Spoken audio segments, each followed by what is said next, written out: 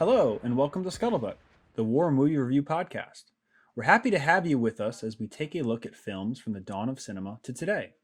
We aim to provide a raw and unapologetic review of each film's cinematography, historical accuracy, and delivery. In the process of analysis, certain details will be revealed. These spoilers are only divulged to ensure a fair assessment of each film. We marched north with the Army of Virginia this week with Ron Maxwell's 1993 American Civil War epic, Gettysburg. As always, I'm joined by Mike B. Yep. Nate. 4 hours and 30 minutes long. It's 4 hours and 31 minutes long. I was just going to Whatever. say 31. Way too but hey. fucking long. But, And our Civil War expert, Trey. Damnation. Unfortunately, Michael is riding with Jeb Stewart this week, and he is nowhere to be seen. So he will join us next time if they return. But anyway, what do you guys think? He's too busy this week. It was either that's going to be fine. 4.5 hours or the high ground. Well, that's the thing is like, again, when we initially talked about it, you're like, oh, it's like a 3-hour movie. And I'm like, yeah, I remember it being very long. And then we all apparently watched the director's cut, which is 4 hours, 31 minutes, and 29 seconds. And it's like, whoa, my God. But I'm glad y'all did because there's stuff in there that makes up some things that you don't get in a regular movie. Like when the British officer's asking, why don't y'all dig in? He's like, because they're not coming. So, I remember I didn't see that in the original, like the regular version. And I was like, I don't remember seeing this. But I'm like, it's cool because it gives more context. And I'm like, huh. So, yeah, we will definitely discuss that shit. But, like, it sucked, man, to be honest. Like, the fucking 4.5 hours. Because I was like, I started watching it at, like, noon. And I'm like, oh, shit, I don't have that much time. Like, I thought I had an extra hour to play around and make chicken salad, batch cook it. But, like, I just sit here and watch it. But, like, no, it did fill in a lot of gaps that I hadn't seen on the regular version that I watched last time. So yeah. Anyway. But first and foremost, though, to put this into perspective, the review we're doing or the podcast we're doing is technically on a book, because we're doing a review on a book about history. So it's history, but it's not. There's creative liberties taken, like Kilrain. He's not real. He is a completely fabricated entity. Because I've known guys who've been to Gettysburg and they've heard tourists be like, "Well, where's Sergeant Kilrain buried at?" And then you're like, the park ranger's like, "He's not real." And then they're questioning their whole life. They're like, "What do you mean? Where's Captain Miller?" Yeah, Michael was saying that in Normandy, they asked where Captain Miller's grave is at the very famous grave above Omaha Beach. And they're like, well, it's in row 17F, and I'll see you later. Like, yeah. It's right next to Matt Damon's.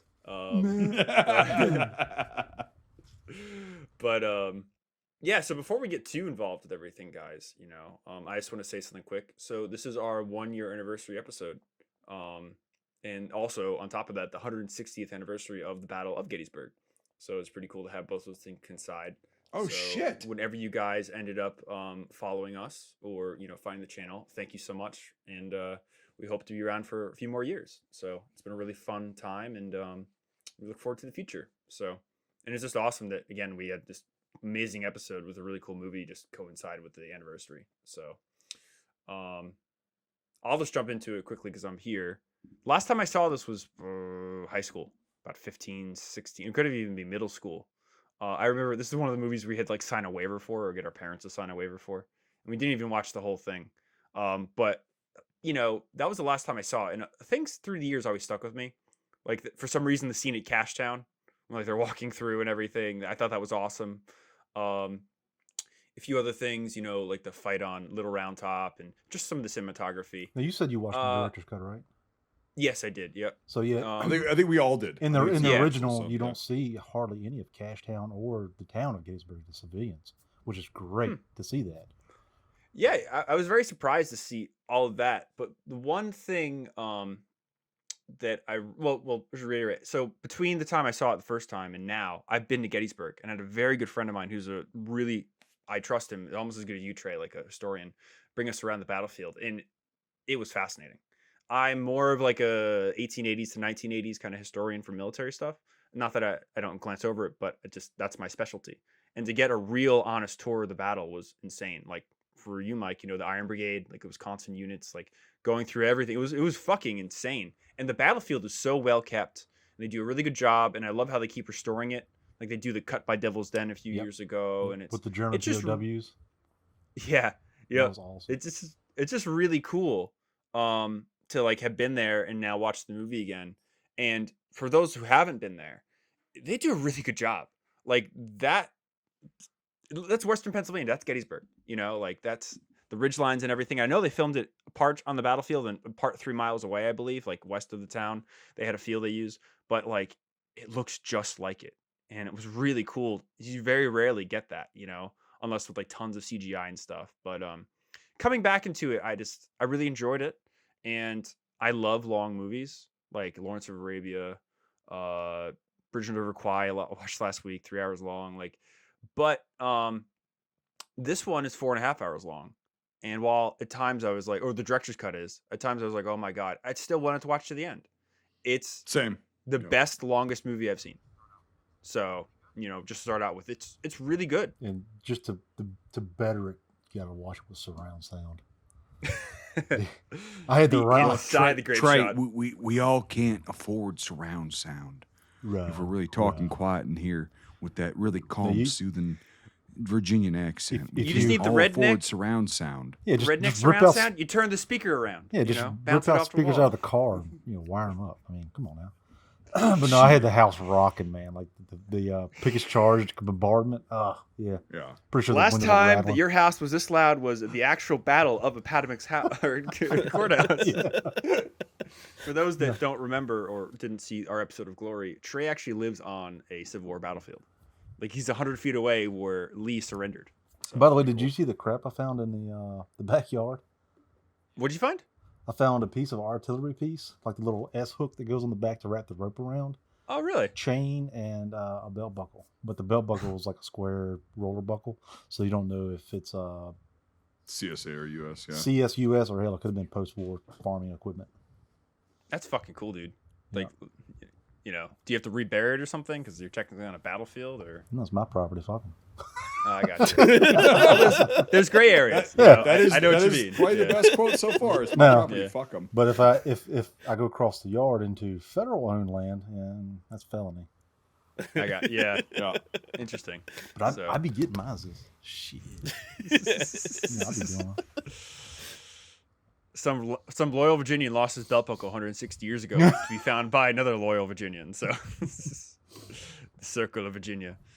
But what'd you think about it, dude? I mean, with all your knowing about the history, what am I fucking saying? About like all your lore of the Civil War and everything, and reenacting it forever. So I was a year old when this movie came out, and I've known people who were in it, which is even cooler.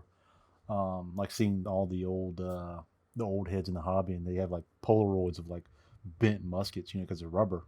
They're like bending them like they're Hulk Hogan or something. But this is like basically the Bible for reenacting or for the Civil War hobby. To put it into perspective, it's the SPR of the Civil War. You really can't get any better. I mean, Ted Turner and them came back and tried to make Gods and Generals about almost 10 years to the 10 years after. Yeah, it was they were filming during 9/11, and they didn't even come anywhere close. I have not seen Gods and Generals, but I haven't heard anything about it either. I'll agree with you, Trey. Is like it's Gods and Generals. Like I saw, because I got into the thing is like for whatever reason, like I got a wild hair at my ass like a year or two ago. Like I have to watch Gettysburg. I've never seen it. It's like I did it on my own time before we started this podcast and everything. And like then I watched Gods and Generals, and I was like, Gettysburg, in my opinion, is more well done. Gods and Generals is not bad, and we'll do that eventually. Yeah, of course. But it's just there's things that fell short, even with my complete lack of knowledge about, the American Civil War in general. But like, yes, I would agree with you just from what you just said. Yeah. So. No, go ahead. I'm sorry, I interrupted your opening statement. No, actually, it's the great film of the war. I mean, it's I don't think you can be able to top it. It's filmed like that one YouTube channel. I like to throw him out because he does great work. History Buffs. they didn't really do anything wrong. I mean, he's like, I'm going to point out the things they did well. I mean, it is a great film. They had reenactors. They don't. That's what I love too. When you I think I said in Glory, when you hire reenactors, one, you're getting cheap labor. Two, they know their shit. They don't look like shit, and it's going to be great. But you have to prove to them that it's going to be what they want it to be, not just this Hollywooded bullshit like Freestad Jones. Not a single dickhead had a canteen, like, because there's water fountains everywhere in the field. You need to prove oak to them, trees that have water fountains in the Yeah. back. Little known fact. little maple, Yep. yeah. But We should talk about that point later on in this thing about hiring reenactors and shit. yeah. Because So I mean, I want yeah. to say it was like 30,000 guys. yeah, but you need together. that. Yeah, You exactly. you fucking need that for fucking Gettysburg was. Yeah. Anyway, sorry. Yeah, I'll shut up. But I mean, if you open up to that and they bring their weapons, their gear, tentage, everything. If anything, you might just pay them per diem for leaving work. Just traveling expenses or something. But that's it. I mean, it's once you can get Hollywood or whoever producing a film to realize that, the light clicks, and that's what this company did. They, once they got that idea of, hey, we can. I mean, hell, you can't go anywhere and be like, hey, I need 150 cannons. Props Right. department's gonna be like, what crack are you smoking? It's five guys per gun, and then you have to have all the support elements. I think like for 4 guns you need like 100 guys to do it correctly and or safely. So I mean, you get all these volunteers bringing out their own gun, possibly even their own powder. Powder is like shit, I think like $35 a pound now. Each shot's like 35 pounds or $35. Unless you mix it with something like, I think the old trick was they would like dilute it with flour, and they would give it more of a burn and a poof. But yeah, still, it's being artillery is not as cheap as people think it is. No, I'd say it's akin to like in the Second World War reenacting hobby of like using tanks and stuff. Yeah. Because everyone's like, oh, bring your tank to my event. It's like, okay, well, it's like 6 months of work for maintenance, like, Yep. $3,000 in gas, and then it's like $5,000 to get it there. So are you gonna pay?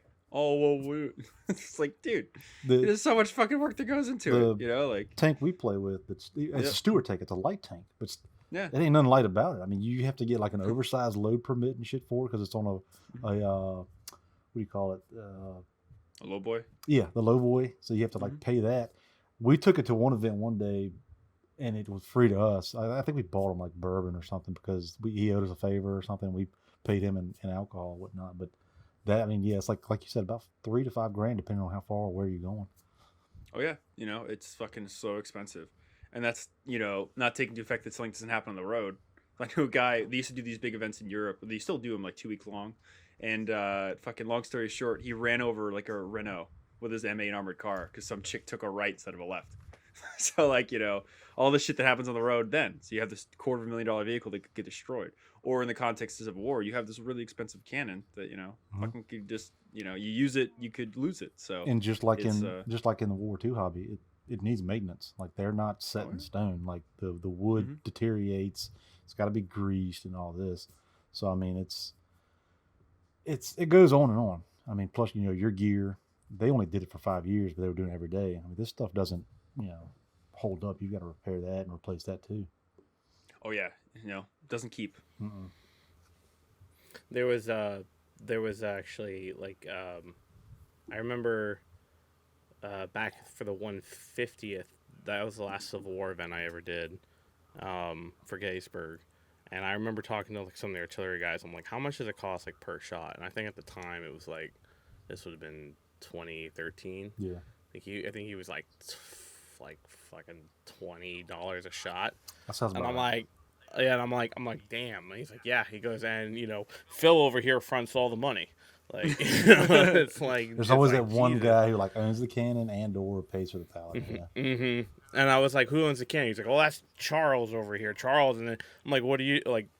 How do you do it? He's like, oh, we're like a 6 to 10 man team, and we alternate who does what, and we train every single thing. Like and, Mike said, I went on a rabbit hole with that, and they're like $20,000.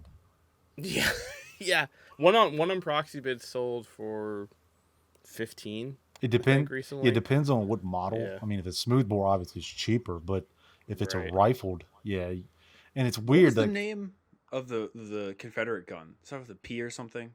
I think it's a rifled, like a breech loader.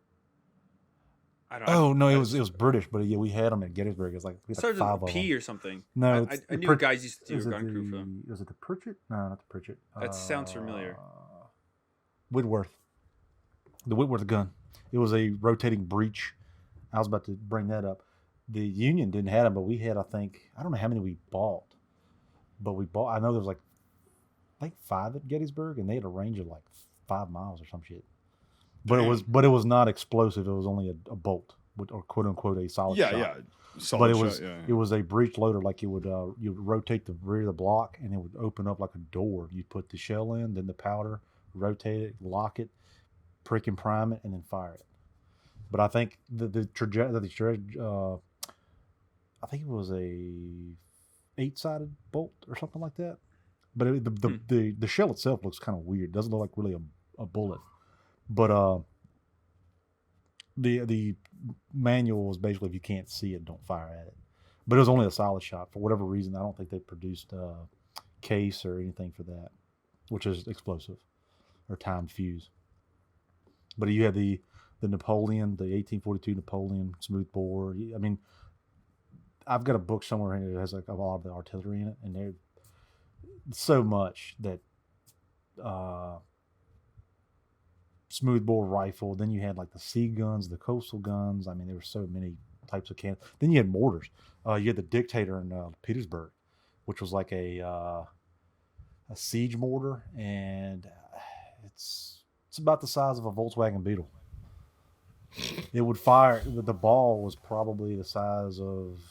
It was bigger than a basketball. I'd say probably a. Like a kickball, a proper like Yeah, big kickball. yeah. Yeah. And they said that it was more. It was. They said I think the Confederates said it was more demoralizing because you could. Yeah, you hear that fucking thing going through the air. Yeah, you could watch it. They said well, you'd go off. You're Yeah. like, all right, it's coming for us. Move this way or that way, and then it'll go off. You're like, you've got to watch it. You're like, God damn, it's coming down. You know, we got to pick up our shit and move again. But yeah, like it's still there today. The Dictator's still in Petersburg. They brought it back, and it's a monument basically now. But there's technology advanced so much within those 4 years. You had torpedoes, which that's a loose term for sea mine, land mine, actual torpedo, and stuff like that. You had rockets. The Confederacy had rockets at one time. They weren't really used that much because it's not rocket surgery. Boo. Yeah. Did they? I saw rockets going across the battlefield on some of the shots. So and that's- stuff like that. What was No, that? that's Were those not rockets Like- or those were actual shrapnel shells? Yeah, so that's supposed to be imitation of a timed fuse shot. Now I will give, that's the only thing that I will give Free State of Jones credit for is timed fuse shots. You'll see them in that fucking shitty formation. I don't know what the fuck they were doing. There's a organized mob going across the hill. But anyway, when they're coming up on the hill and the Federals are shooting that case, the time fuse shot, basically it's so it looks like a cigar, and in the back of the caisson there's a chart, and you'll give like an elevation, distance, and all this type, and then you have to cut it down, cut it down to like a 1 second or 5 second fuse, and then you would literally plug it into the round, and when the cannon went off, it would start burning that fuse and then explode. That's why there's so much unexploded ordnance, is because it's not that reliable compared to today. So yeah, like I said, you would just literally plug that fuse. You'd pop it with a wooden mallet, roll the thing or shove it down the barrel with the ramrod, and then the blast would start that ignition, and then it would explode overhead, and then you'd have shrapnel from above raining down. Which is what they also did that in the First World War. Like I know we Yeah. talked about this on Glory. Like there's a lot of similarities between the Oh, yeah. technology that was used. But it was more improved, but that's also why you find a shitload of UXOs in World War One is the same thing. It's like the overhead, the airburst, actual. Because I'll say it again. I said it on the last one, but I'll keep saying this. I've said it on videos. There's a difference between shrapnel and shell fragments. Shrapnel was that cone-shaped projectile that was developed by I forgot his first name, but he was a British officer, Shrapnel, who said, yeah, if we put a bunch of ball bearings in the round and then put the fuse on there and then have it explode overhead, it'll send all these ball bearings down on infantry and it'll be way more effective than a solid shot. Okay, very old. And then in World War One, they did the same thing. If there was like a bunch of infantry advancing, that was a defensive cartridge, or not cartridge, Projectile. round, I guess. Projectile, yeah. But like for artillery, I don't know what the hell they call them actually, because I wasn't an artillery guy. But like I know artillery guys would be like, "Oh fuck you, you're getting this wrong." I'm sorry, I was an infantryman. Sorry, my bad. But so anyway, no, but that's the thing with shrapnel is like it's actually a specific type of cartridge and projectile that emits more than just the shell fragments, but it does it overhead and spits down on infantry specifically. And they would film Yes, with they anything. use it against artillery too, Yeah. but like it's a very specific purposed round, and it's not because artillery shells that emit fragments that explode, right? Without ball bearings, yes, those are fragments. Yes, that's what kills you. That's what goes around. Shrapnel is a second element that, and the term is used interchangeably, and I don't understand where that came from, but it is. But like, Lack of maybe knowledge. that's some.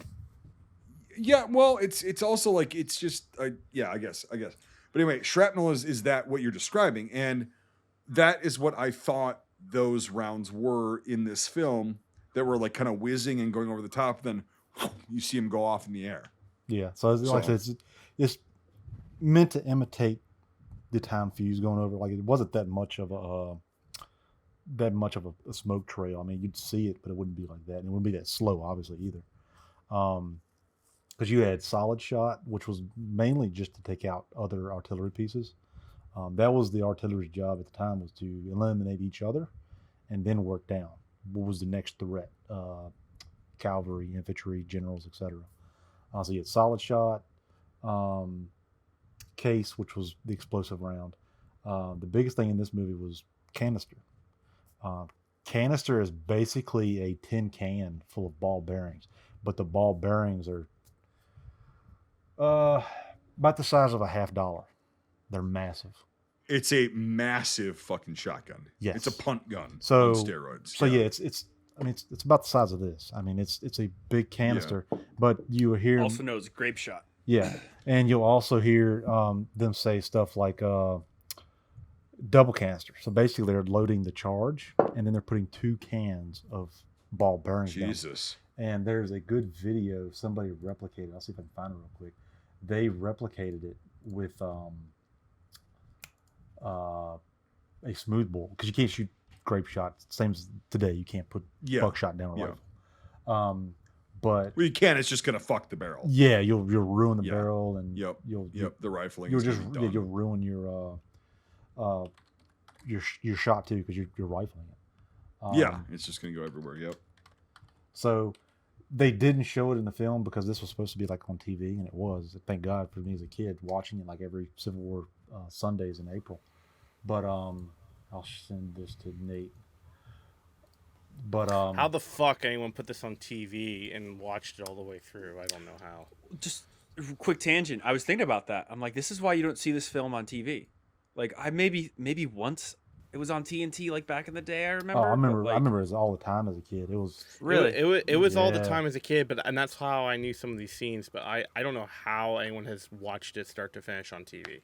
I never saw it on TV as a kid. That would be like 6 hours. I never of saw this commercials. like on TNT or anything as a kid. I never saw it. I saw it on probably exactly what Les said. The Civil War. It was Civil War Sundays in April, and they had like Andersonville, this Glory. I just sent the Dixie chat the video, so you can see those ball bearings skipping up dust and trees and crap going down range. They also put like a a cardboard wall up. And if anybody's listening, it's called Canister Shot from Civil War Canon on YouTube. So yeah, you can literally watch those balls bounce. Oh, off I've the seen ground. this one. Yeah. I've seen it. You can hear him screaming. And it's so cool because you can also hear the brass Napoleon ring. Yeah. Yeah. I've seen. I literally, when you sent that link to me, it was like I had already watched it. So. Okay. Yeah, that's what they're dealing with, and here's the thing. That's so fucking devastating to infantry. Yeah. Oh yeah. As direct fire, that's insane. Yeah, you're not talking about you just can knocking clear out people like down. 30 or 40 guys immediately. Oh yeah. They're out of the fight. Like yeah. They're not just like down or like scared. They're out of the fight. Like not in the movie where they just fall back. No, they are mincemeat. They're done. It's done. They're done. There's nothing that can done. be found left. There's limbs gone. There's fucking death. It's like you're toast. Like $50 is like an inch and 3 or an inch and a quarter. It's like that thing coming at you at like fucking 1900 feet per second. You're toast. Yeah. Yeah. Huge. I guess to talk about actors and stuff. I didn't get to open up my end. But we can open your end. Oh, thank you, buddy. I hadn't seen. I hadn't seen this. It's not gave us $20. I hadn't seen Lights this movie before. God damn it! 4th time starting it. I haven't seen this movie before. What? What? And this You're is the Southerner. first time- Don't you like watch this at birth or something? Or? No, because it's literally my backyard. So No, he's a civilian watching the fucking. Yeah, watching you the could have two stopped armies to leave, occupy his but town. no, you let them pass. No, Are we gonna go back through this again, where Les doesn't like Marylanders and you guys don't like Marylanders? Nobody and likes then Marylanders. We're stuck in the. No. Yeah. You're wearing a fucking Old Bay hat. Nobody likes that shit. Yeah. It's Fuck it's you. New Jersey and California.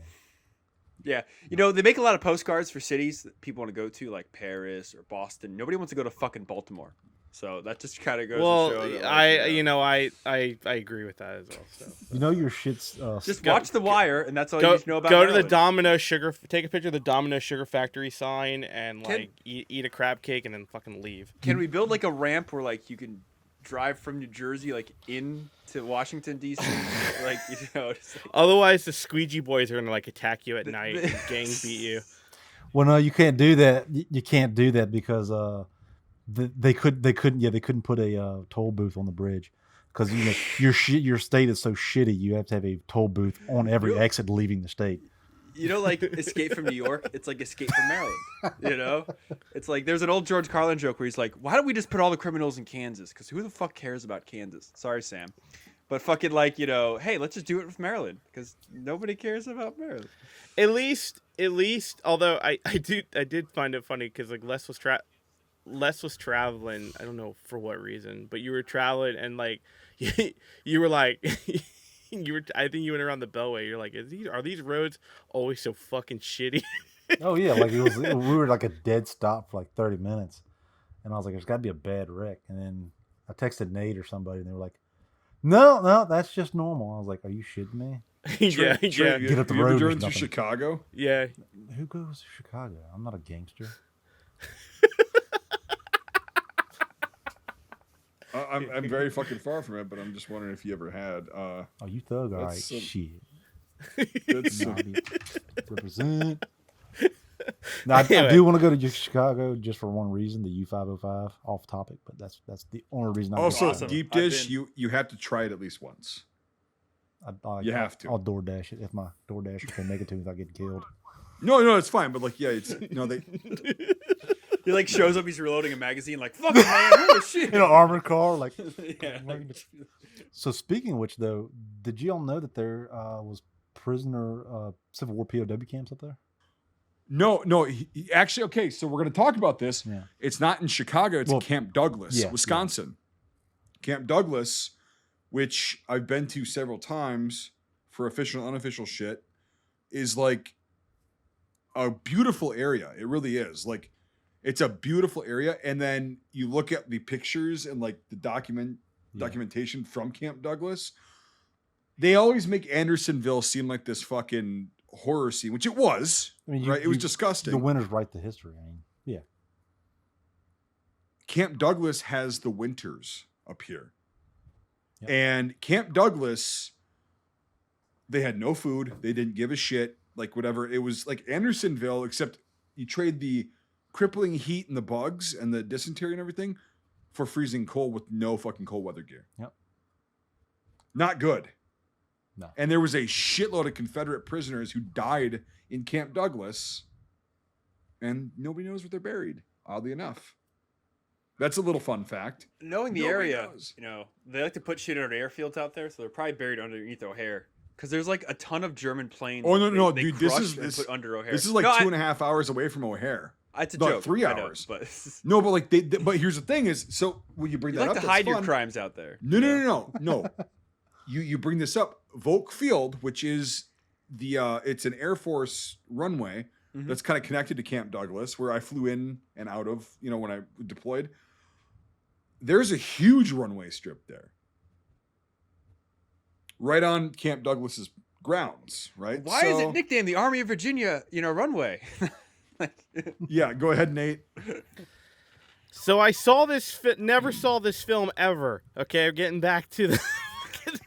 Nate, who gives a You guys fuck? interrupted me and then ran, and I'm trying to do my first fucking Hey. section of the goddamn podcast. Well, I listen, give a fuck. The adults were talking, Maryland. Okay, fine. You want your time now. As you you're know. wearing an Old Bay hat. The people north and south of the Mason-Dixon line that matter, we're talking. You just let the rebels walk through your territory, You're like East Tennessee. Nobody gives a Yeah. shit about your opinion. And all Mike did was guard Confederates in the cold. And then there's Right. Trey. Right, and we stayed neutral and didn't bother anyone. I did the thing. I did a thing. Come on, man. So I have never seen this film. I had a lot of kind of hesitation with always seeing it because of how many people that like Les and I know that like swoon over this movie. I was in it in '93. It was amazing. Oh, I was in the third row background. Oh, I was in this. It's like, okay, like, is this gonna be like complete like other crap? But and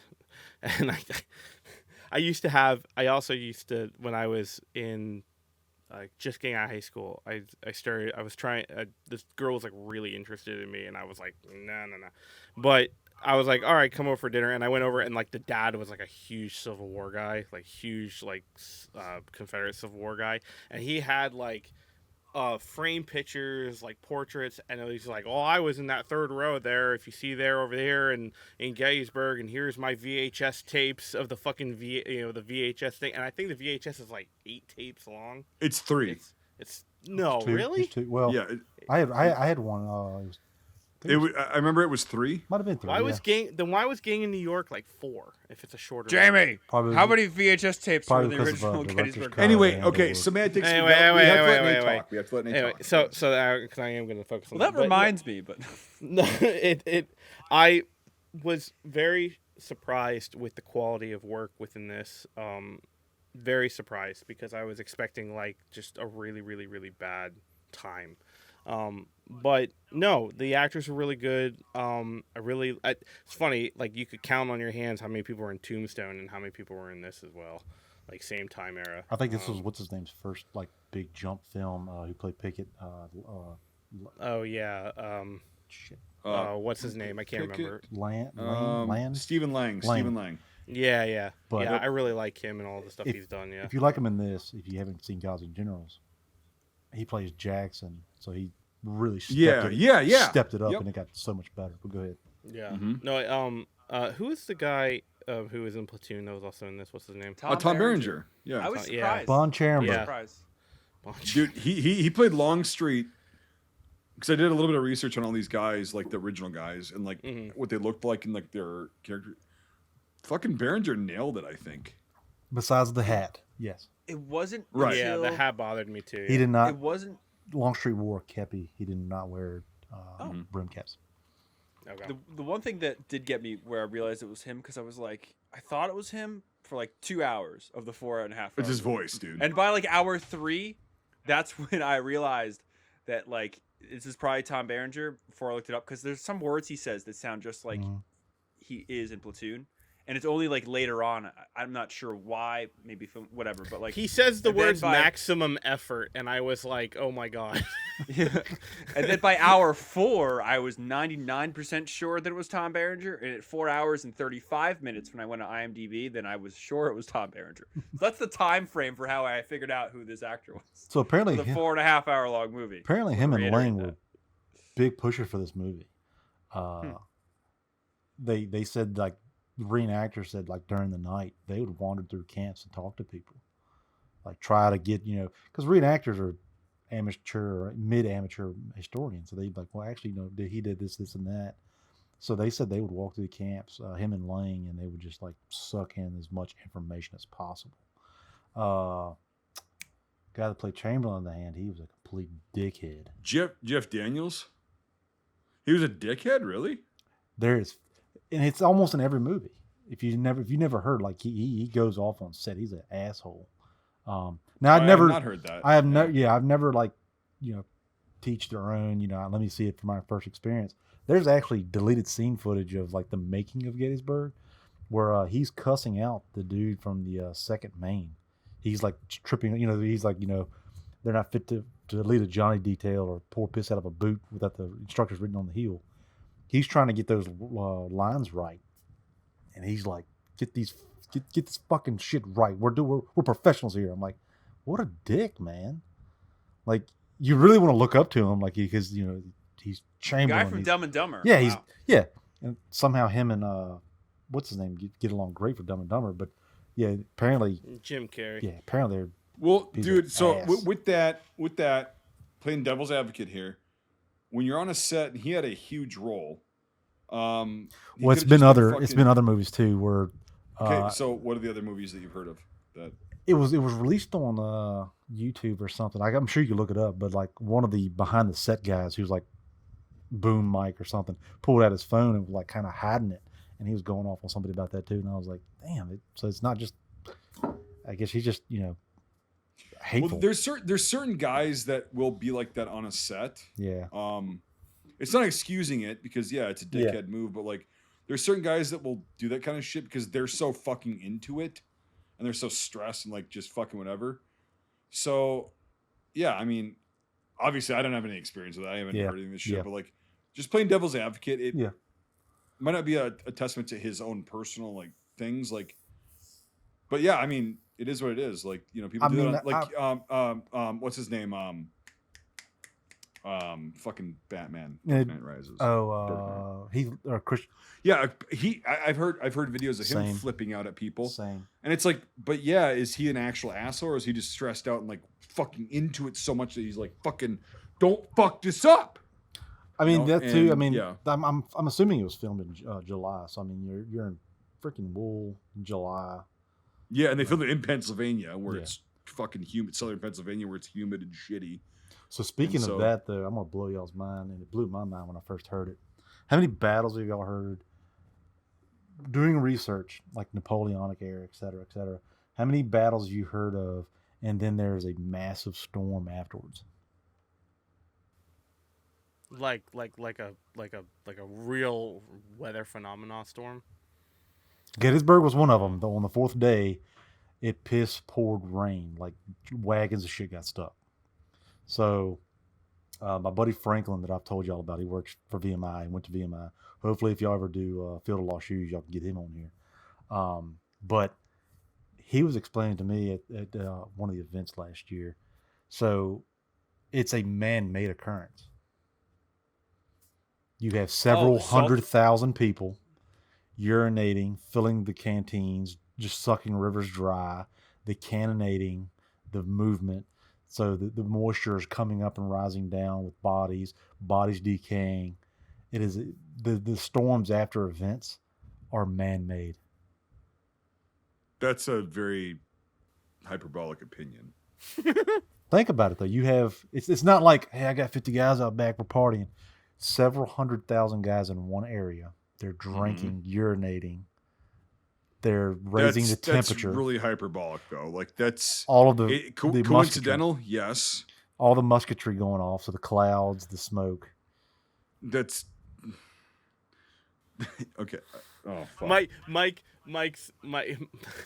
Does this have to get into like a fucking like weather? I know where this is coming from because Mike's like super into tracking weather and everything. So this will be funny There's a if he cloud wants to outside. go down this route. Yeah, I believe it. It's not I clouds. believe It's it. the jet stream. It's the temperature in the Pacific versus what year and 1863. yeah. Oh, thank you, Trey. You fuck. You're welcome, my yeah. service. I Yeah. will say this though, there is an occurrence in history where after very big battles like this, there is a storm. You know? Well, sometimes, and it's like Yeah, not all the it, time. it's yeah. it's what? Not all the time. Yeah, I was agreeing No, with it's you. just so it seems like people. So why I say it's hyperbolic is because yes, it happened. Of course, like it fucking did. I think people just attribute it to like they try to relate this big thing in a spiritual sense to like all this shit went down. They try to like think about the pissing and the fucking the musketry and all that shit. Like you were just saying, like that's not how weather works. It can be affected. No, it can't be affected by that. It's just it can't. Like even cities can't affect the weather like that. Like nowadays, like they put up more pollution and more fucking death and destruction and just pollution, whatever you want to call it, today than they did way back then. And it's like, Okay, Greta.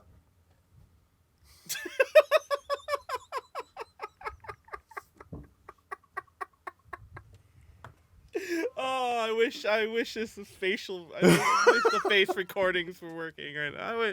I wish we had face recording right now. Oh my god! Just as before the storm, fucking face. before the storm hits, I did just find an article about it.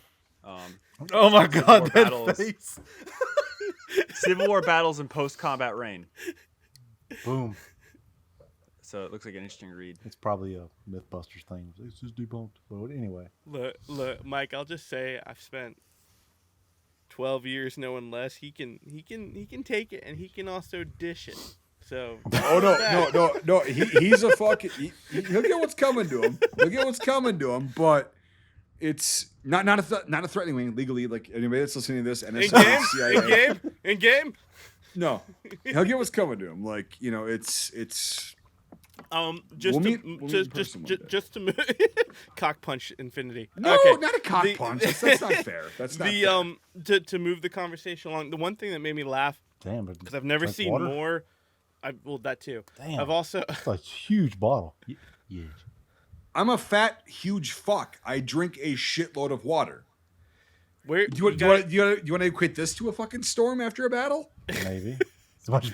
This is my storm after a battle, and I was just it's gonna say, God damn it, it's Mike, almost let's get empty. 100,000 of you pissing and shit in the same area, and then let's see. Fucking, you thought Katrina was bad? Oh, fuck you. You know, like, This is gonna make Katrina look like Mr. Rogers' fucking neighborhood. You fuck. Yeah. no, it's gonna make Katrina look like fucking Mr. Rogers' garden fucking sprinkler. Like, Oh my god. yes.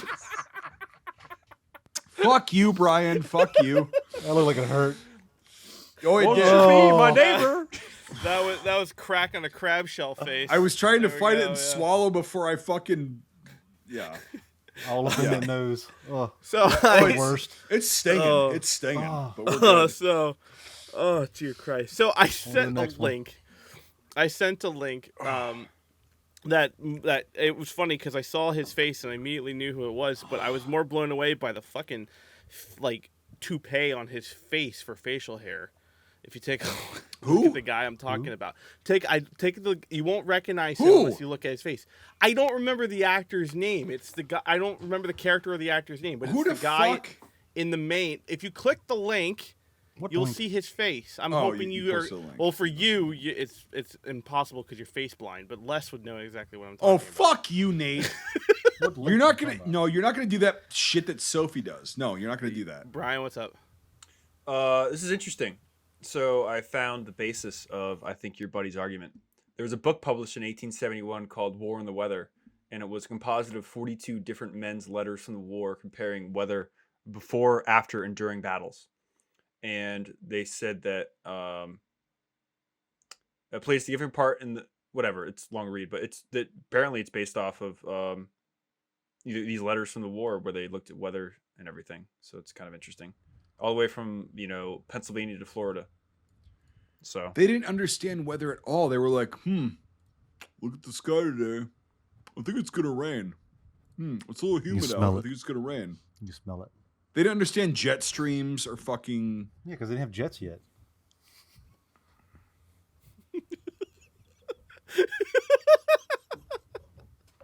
You. Got him.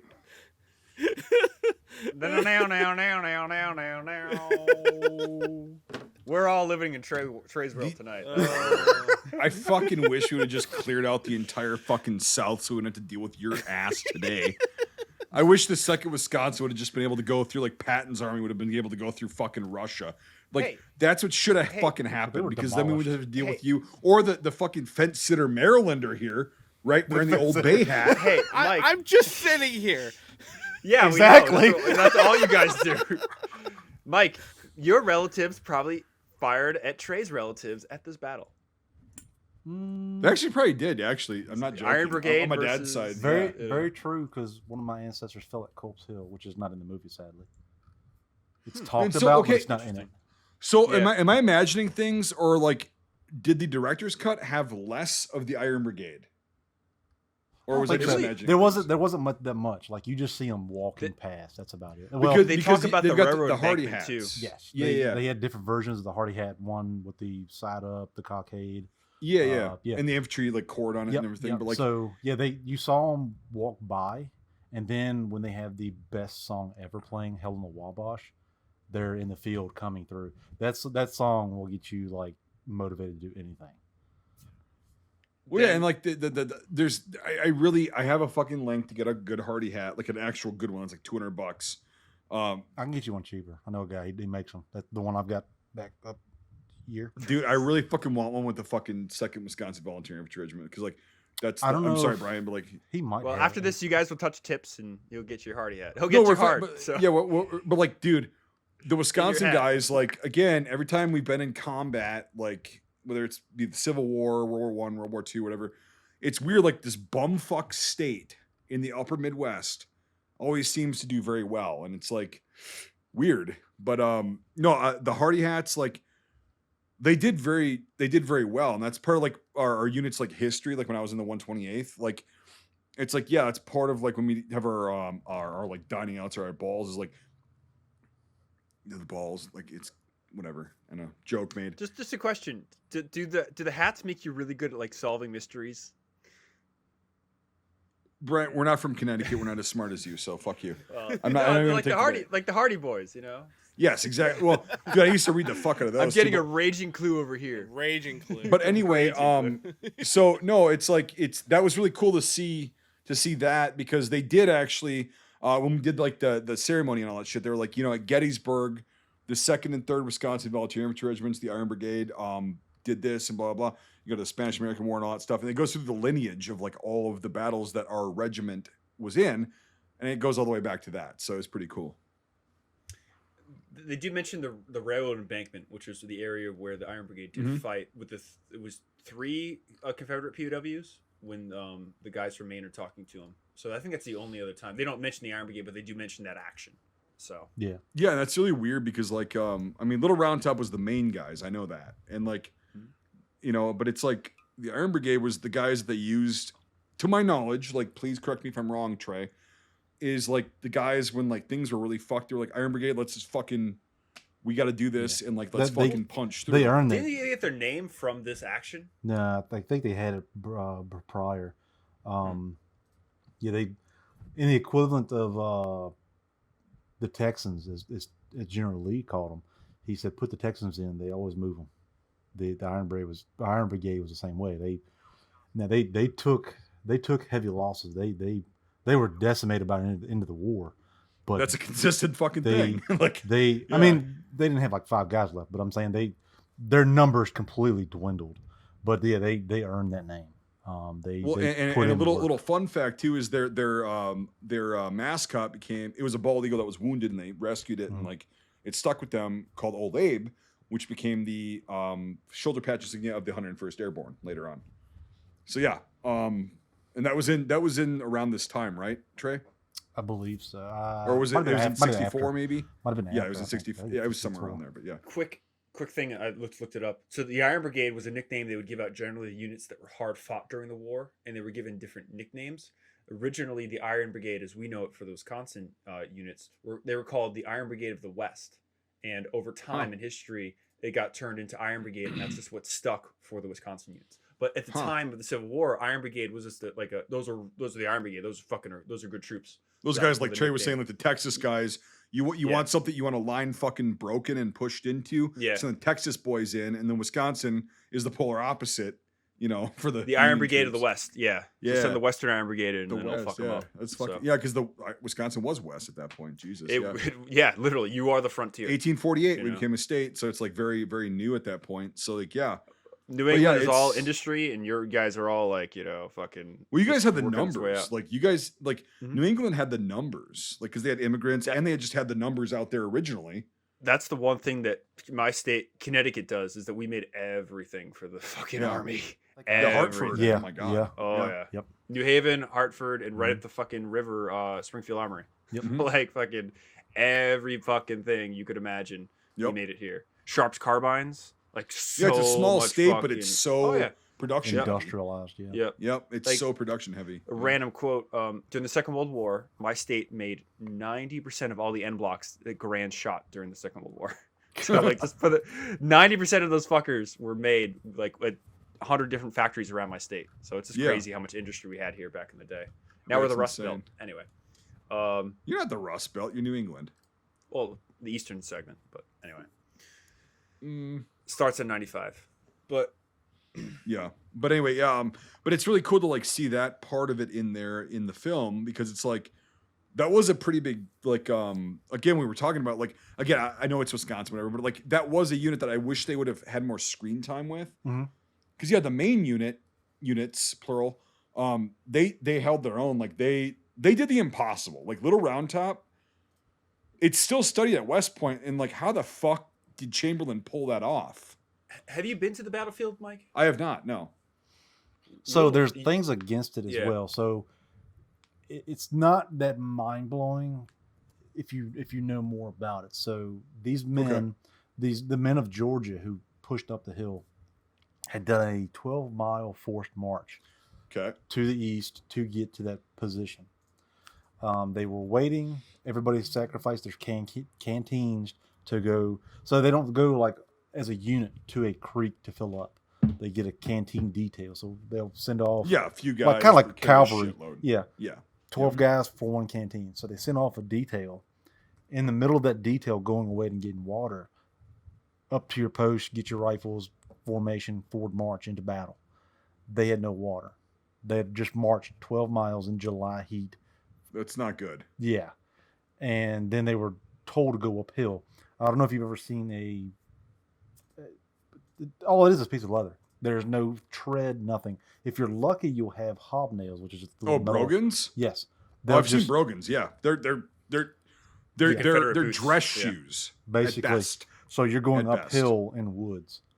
So basically, you're fighting uphill in ice. Yeah, And- exactly. Yeah. You do that 3 or 4 times with 40 pounds of gear, roughly, depending on what you're carrying, knapsack, blanket, whatever. Mhm. You're missing the canteen, but I mean, you have 40 rounds plus maybe of ammunition. 40 rounds, that's the equivalent of about 10 pounds of ammo. Yeah, I'm aware of that. 577. Yep. So Yeah, then you mini go balls, uphill Yep. 3 or 4 times, and you're just completely wiped. And So really quick. So those are the same guys coming up. they're just being redeployed, coming back down, redeployed. They're trying to find the right flank. Okay, because that was not clear to me in the film, and I don't know much. I don't know enough about I think it. Like, reserves came up and replaced them, but for the most But it was the part- same unit that had marched 12 miles, and they didn't have any water, and Yep. but they just kept sending them up. Well, see, what the idea was, if you go up, I'm sorry, Brian. I'm Yeah, go ahead. Yeah, I'm I just want to interject this thing really quickly. So, the battlefield of Gettysburg is like 3 miles long. Yep. And they do talk about that a little bit, but like the terrain varies insanely. The north end of it is like Cemetery Ridge or Cops Hill. Yeah, Like the northwestern part of town, and it goes all the way south to the big and little Round Well, Tops. it's like a And hook. so just yeah.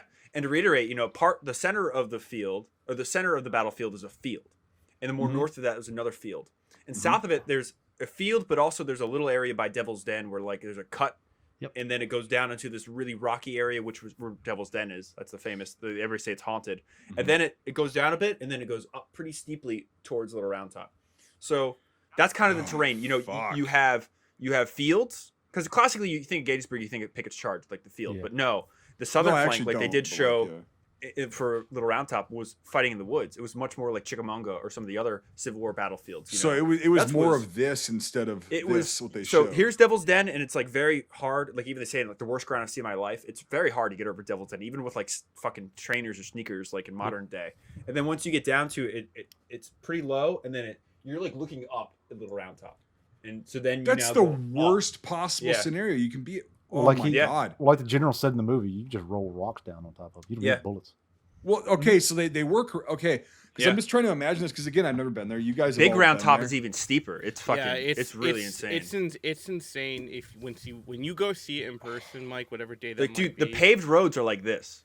Yeah, and that's good so gradient. That paints a better picture. It's like okay, so now that makes more sense as to why they could hold them off, because it's like again you could just throw rocks at, like. And then they just did a 12-mile forced march, which is not. It's not walking. A forced march, for people that are listening, means you are like basically jogging. Yeah. At minimum. Rifle-ish right shoulder shift, and you're just kind of like a nice little spring in jog. the heat, wearing wool with shitty shoes, and then you get there with no water, and then you have to go up. Oh my God! So okay, that explains it. So that's since you said that, we'll go on that fucking tangent. There was never a fucking stockpile of shoes in Gettysburg. There was never an idea of stockpiles in Gettysburg. That was a scapegoat that Heath used later on after the war and after the war to say, this is why I went into Gettysburg. Oh, yeah. I thought that there was shoes there. That was a scapegoat. I had always heard that, or that it was a hub for manufacturing shoes. There was no facility to even do that or store them. What was Gettysburg? I don't know. Was it just like an agricultural town? It was a hub. Built up a little bit. It was a hub. Just a crossroads. It was a college and a hub. Yeah, it was literally there was like college. Yeah, there was like 8 roads going out of Gettysburg. So that was you control that. Oh yeah, okay. It's like the Battle of the Bulge. Bulge. You go. Yep. Yeah, it's that's what I was just gonna say. Yep. It's south of Harrisburg. And while we're on the subject, so that's where Jeb Stuart was. Jeb Stuart went north, and he burned a bridge south of Harrisburg over the Susquehanna River. I don't know what it is. Getting his name in the Yankee papers. But yeah, right. But yeah, he literally rode north, and he was going to burn Harrisburg. I'm listening. I'm just gonna get more water. I'm out. And then that's where he was. He was north of it. Harrisburg is the capital of PA, and there's really not a lot in that part of Pennsylvania, to really stop them. If Lee was able to actually wheel right, so Lee around was the right Lee flank. was against going into enemy territory. He did not want to do that at all. But he was being pushed from the rear. Hey, you need to go into enemy territory. The reason he did so was because the Federal Army was living off the land of Northern Virginia. So they were, the top rails, they call it, the top rail of a split rail fence. Mm-hmm. That was the only board allowed to be used as fire. But the catch-22 is every board is the top board when you take it off. So every unit coming by would take that board off. So all the fences were gone, the cattle, livestock, all of it was gone. So the northern part of Virginia was just, for lack of better terms, just raped of any type of substance.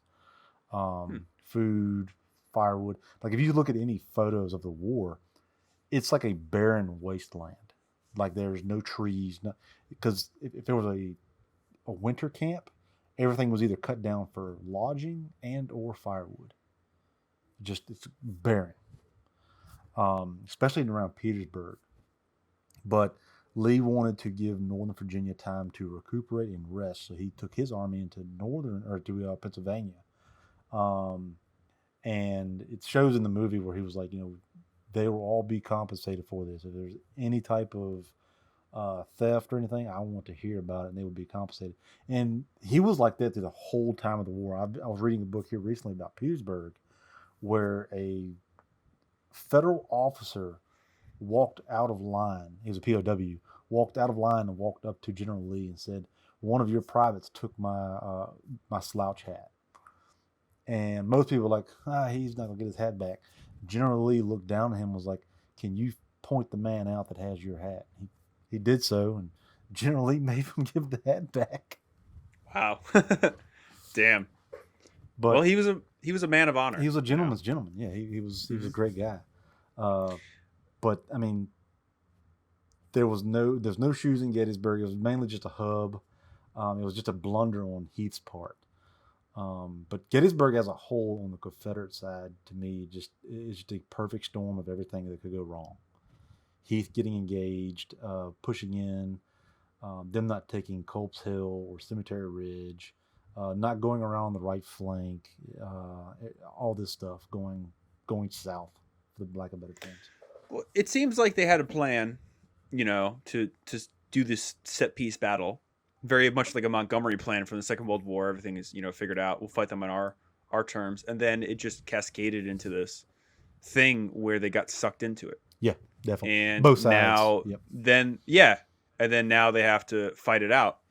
And I have been told when I had that really good tour that even if they did break through the lines, there was a secondary federal or Union line that was being set up like 10 miles east of Gettysburg that was going to stop them with apparently reserves and stuff. So if they even did break through, there's there would have been, the battle. Like they have the reenactment in that town. I think it's like New something or whatever. I forget. New sure. Oxford. Yeah, I think it's it. Yeah, it's like town east of Gettysburg. They have this big World War II reenactment there.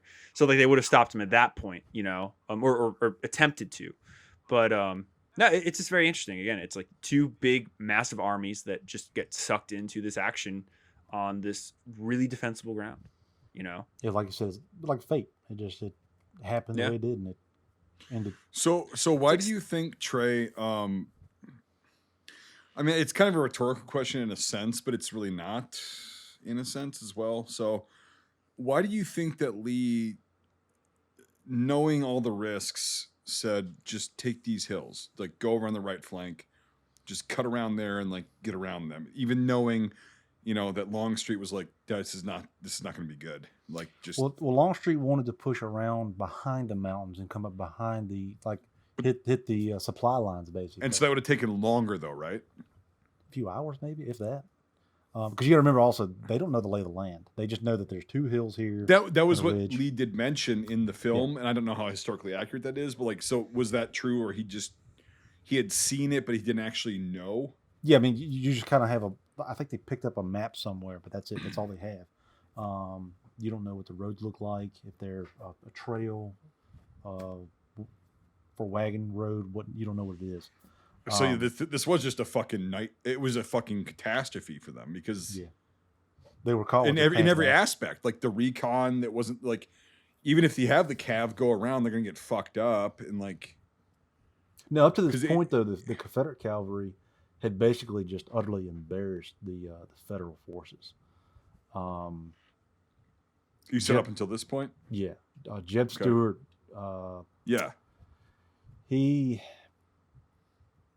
That'd be a good, interesting conversation too, to see who would be better, Jeb Stuart or Forrest, because Lee gave, I think it was Lee gave Forrest the nickname the Wizard of the Saddle.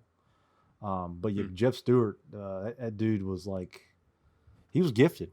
He was the best cavalryman that Lee knew. He said. Really he was quick, a pre-war cavalryman too, with like John Brown and everything. Yes. Yeah. Really quick interjection is like, it's gonna be very controversial for a lot of people that don't understand anything about history.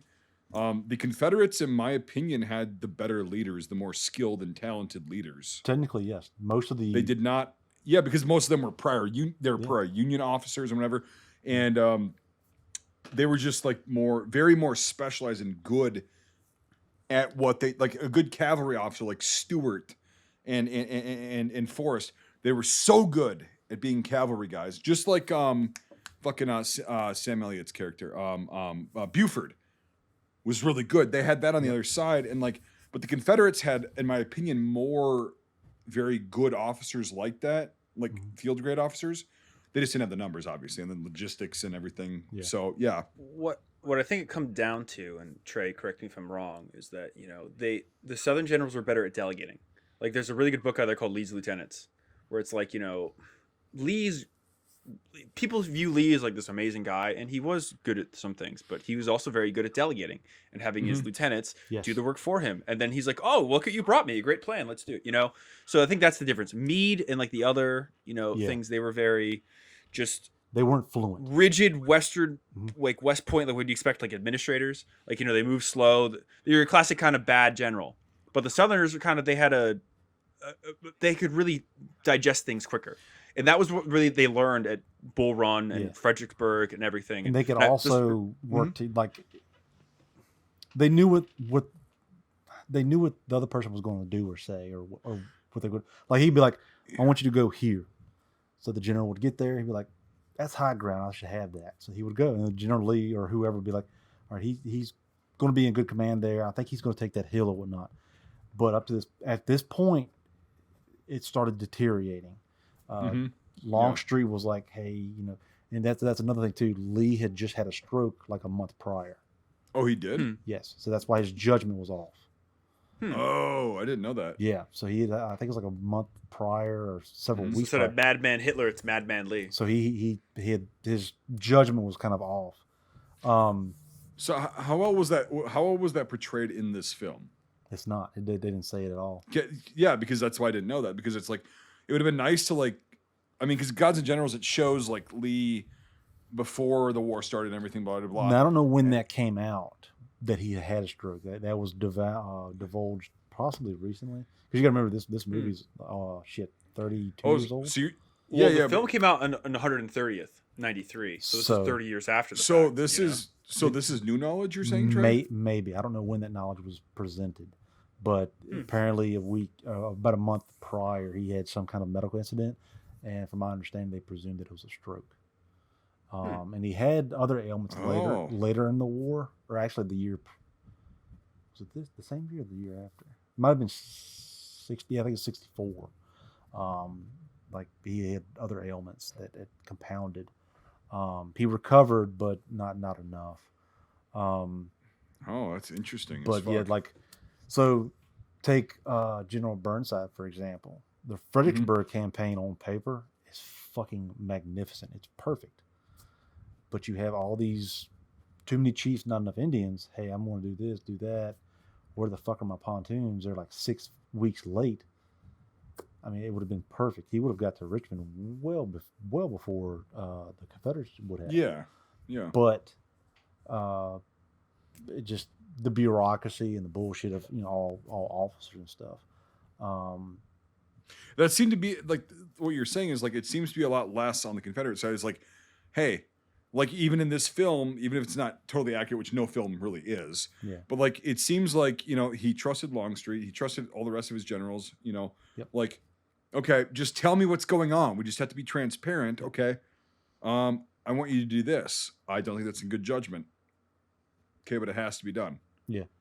But there's okay. Like I said, there's the first puzzle piece that falls, or the domino that falls when he tells I think it's Ewell. Yeah. Well, he tells the runner, take that hill if practicable.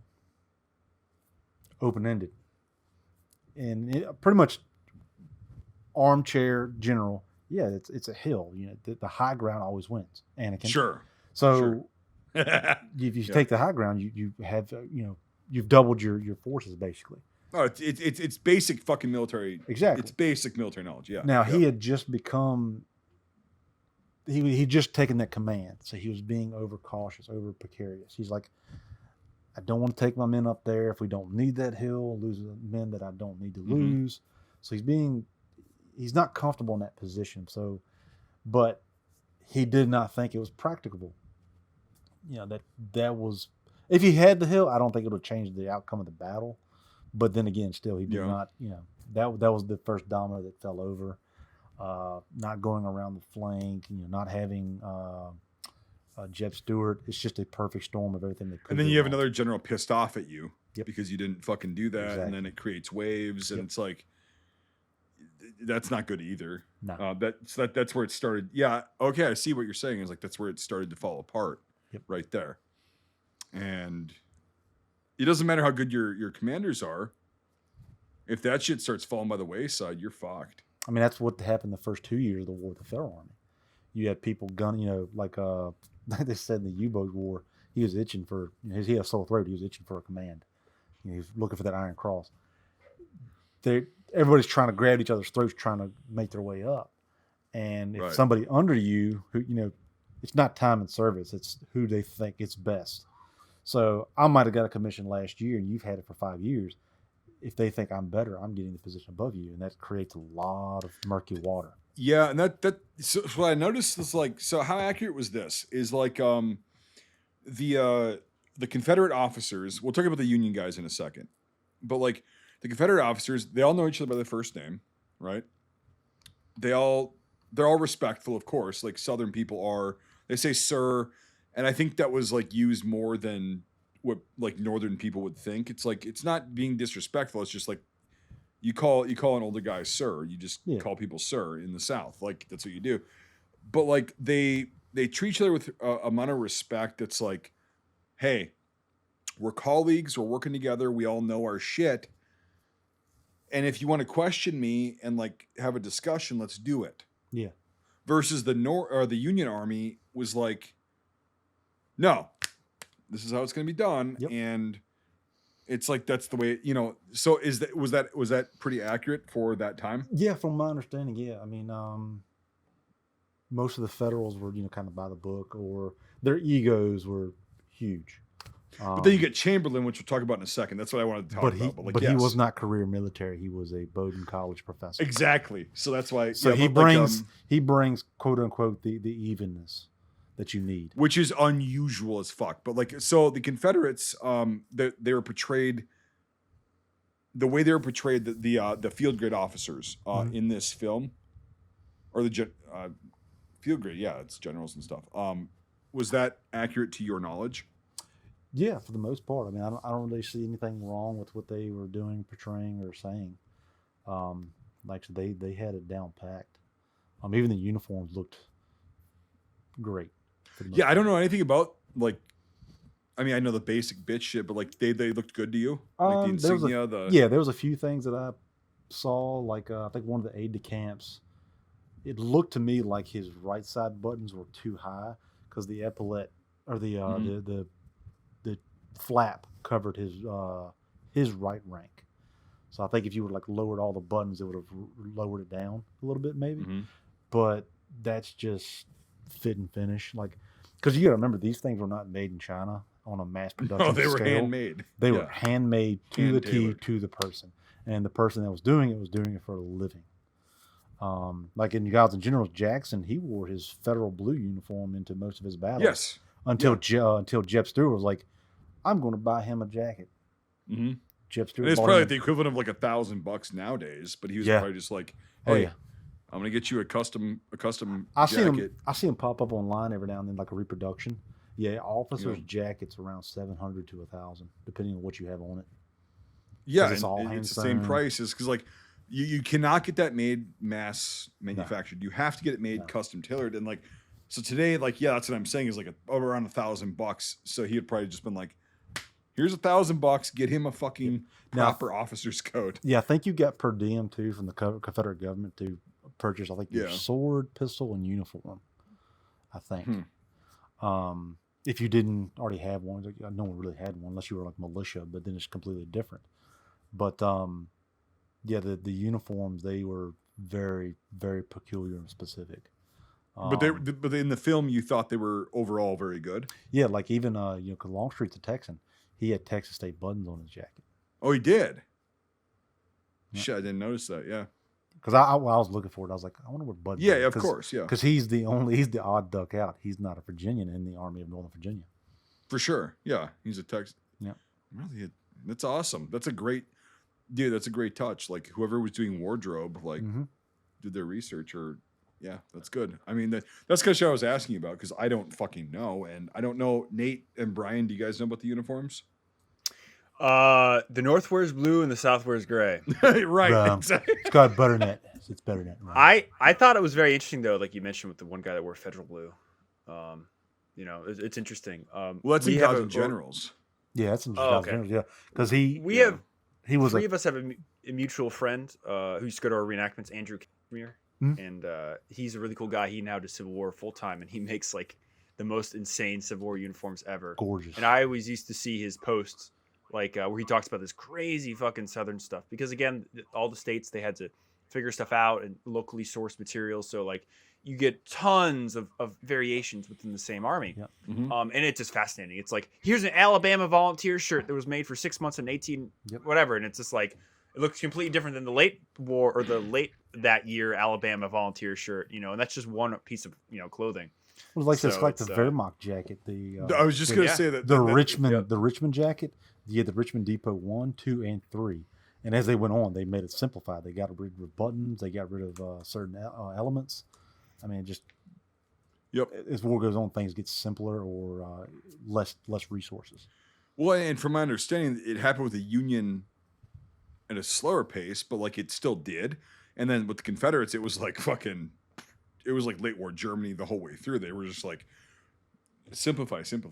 Yeah. Like, Now they started off at the beginning with a KISS method. Keep it simple, stupid. They had the sack coat, 4 buttons. It looked horrible, but it did the job that it was designed to be a blue uniform.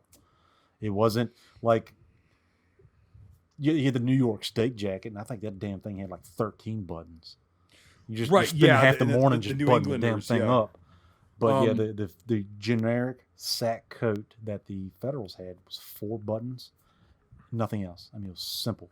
It was what it was designed to be, a simple. And coat. also, I noticed a lot of the Confederate guys wearing the Union blue trousers, the light blue trousers. I know it was accurate to an extent. I just don't know what year and like whatever. So what do you think about that? I don't think you'd see it as much, but yeah, I mean, if my pants are ratted, holed out, burnt, whatever, and I pass a depot or whatnot of Federal blue trousers, you're damn right I'm going to put them on. Okay, so it's on a scale from 1 to 10. How accurate was that for Gettysburg? I'd probably say about a 7. Yeah. Maybe. Okay. Cool. Because I mean, you're not really getting refitted that much, especially when you're in enemy territory, marching through their territory. The wagon trains are not going to be carrying that kind of supplies. You're self-sufficient at that point. You're going to the local farms or whatnot and grabbing food, and also pants are not like the thing that's going to distinguish you in combat. No. You know, it's like your blouse or your sack coat or your tunic or whatever the fuck you're wearing is going to distinguish you from the other guys. And so pants. Even late war, like my buddy, he's a ranger at Sailor's Creek. There's a very famous incident. It's written down in a journal. I think the officer told his men not to wear the sky blue winter coat, the great coat. And one kid was like, I'm too cold. I cannot be without it, because it's in April in Virginia. That could be 90 degrees or 12 degrees. So he had it on, and he was killed by friendly fire. He was shot dead in the back. And he, to the point that he grabbed the bullet, like it stopped in the front of his jacket, and he opened it up. And I think he reached out and he handed it to somebody. He said, give this to my father and tell him it killed me. Oof. Because he was wearing they had a stockpile, I think, of blue greatcoats. Yeah. You're not going to throw them away. They're just randomly, but I have another story of that from a Russian memoir from the Second World War, where like they're in an attack and they're going and doing stuff, and all of a sudden, you know, because again, with adrenaline stuff, you look for features. So you make a quick decision on features you see compared to whatever, and then you make an action. So this guy's coming out of a trench and he sees a German helmet, so he shoots. And all of a sudden he hears a bunch of yelling in Russian, and it was a Russian soldier that was wearing a German helmet. And he's like, "What the fuck? Why'd you shoot me?" And he's like, "Why the fuck are you wearing a German helmet?" And just walked away. And it's like, this is your problem. You got yourself shot in your own volition, you know? But again, it's like, you make those split second decisions, and it's like FALFO. So yeah, you have to. So Nate, what do you got? What? You just listening? Like, I feel bad. Like, I've been talking for so long, like with Trey, but like I had a few questions because I don't fucking know anything about the shit about this context. Right. No, it's fine. I mean, I don't know much about the history other than the fact that it's close to me. You know, it was very in close. your backyard. That's actually really cool. Like, honestly, like, cause like people just discount Maryland. Like, yeah, we joke about it. Haha, you're from Maryland. Fuck you. But like No, we do that, but like, though there was a lot of history in like, especially in the American Civil War. Sorry. Les just Of, brought I think the biggest. No, I know, fucking, I know. So he got some Southern biggest Comfort out. Fucking jug Yeah. of fucking moonshine or something. I don't But no, and I know you've been to Gettysburg. You've been to Gettysburg and everything. Like, I just kind of wanted to ask him about the uniforms and shit that I saw. So like, Yeah. Well, the only thing I can attest is that I think I tried to jump in, but I think I got lost in the commotion. Is little Round Top is as crazy as it sounds in terms of like the look of it. Like yeah. if you were to go there yourself eventually, which I'm sure you will, I will. I'll go there with you guys. Yeah. Yeah, well, it's incredibly. We have to go there with Trey. Well, as I said, you guys, all guide of you us. fuckers, Trey's here. Oh, way to I'll specify. go there with you guys. Utes guys. Yeah. We don't know if it's single or plural. Mike, you and me will approach from the east. Trey will come from the south, and then we'll meet in the middle of the battlefield. I'm gonna wear a fucking Hardy hat and I'm gonna club his ass to death. Sounds No good. bayonets. I'm just gonna And club your ass to death. I'll take a bunch of lead soldiers and melt them down to the bullets, and then I'll give them to you. So- Ah, fuck! Don't make me laugh. My tailbone's still fucked from me being an idiot on a bike. But like, oh god, yeah. I didn't realize how much that hurts when you laugh. Okay, I'm glad you This said is on a so weird. bike because I was about to open that into Yeah. a conversation. Oh, but- fuck off, Nate. So like I was saying though, that when you actually see Little Round Top in person, you look at that and go, "Hold, how the fuck did anyone look at that and go, that would be a feasible idea?" Well, that's the thing that, like what Trey is describing and like you guys are describing. It's like, I mean, again, wearing no gear, with nothing, like Brian said, like just sneakers. Like, it's a bitch to get up that, much less getting shot down at. Mm-hmm. And that's just the sheer rock faces with elevated positions, the whole main contingency. Excuse me. The whole main contingency stuff. It's insane. It's not as insane as sheer like rock cliffs, but it's very very crazy to think of charging up like wooded hill slopes like that. Yeah. That's also insane. Well, yeah, even in general, like I'm sorry, Brian, I'll finish this up really quick. Even with modern weaponry and all that shit, it's still insane to like charge up a fucking hill. It's not good. Like you avoid that at all costs. Take volleys of lead. In front of you. It's just not smart. Yeah, it's insane. And Big Round Top is even worse because the front face of it's bald and it's even steeper. So it's. I just think fucking one of insane. them was during the battle was bald. Like there was nothing there because it was cut I down think for Little- firewood. I think it might have been Little Yeah, Round Top. yeah. I was it. I think Little Round Top was again one of them. Whatever. I think one of them was. Yeah, but I know the front because they have the monument on top of Big Round Top and everything. Yeah. With all the the New York State and everything shit. I don't know how they didn't That's get the crazy thing, I don't know how they didn't get too. shot.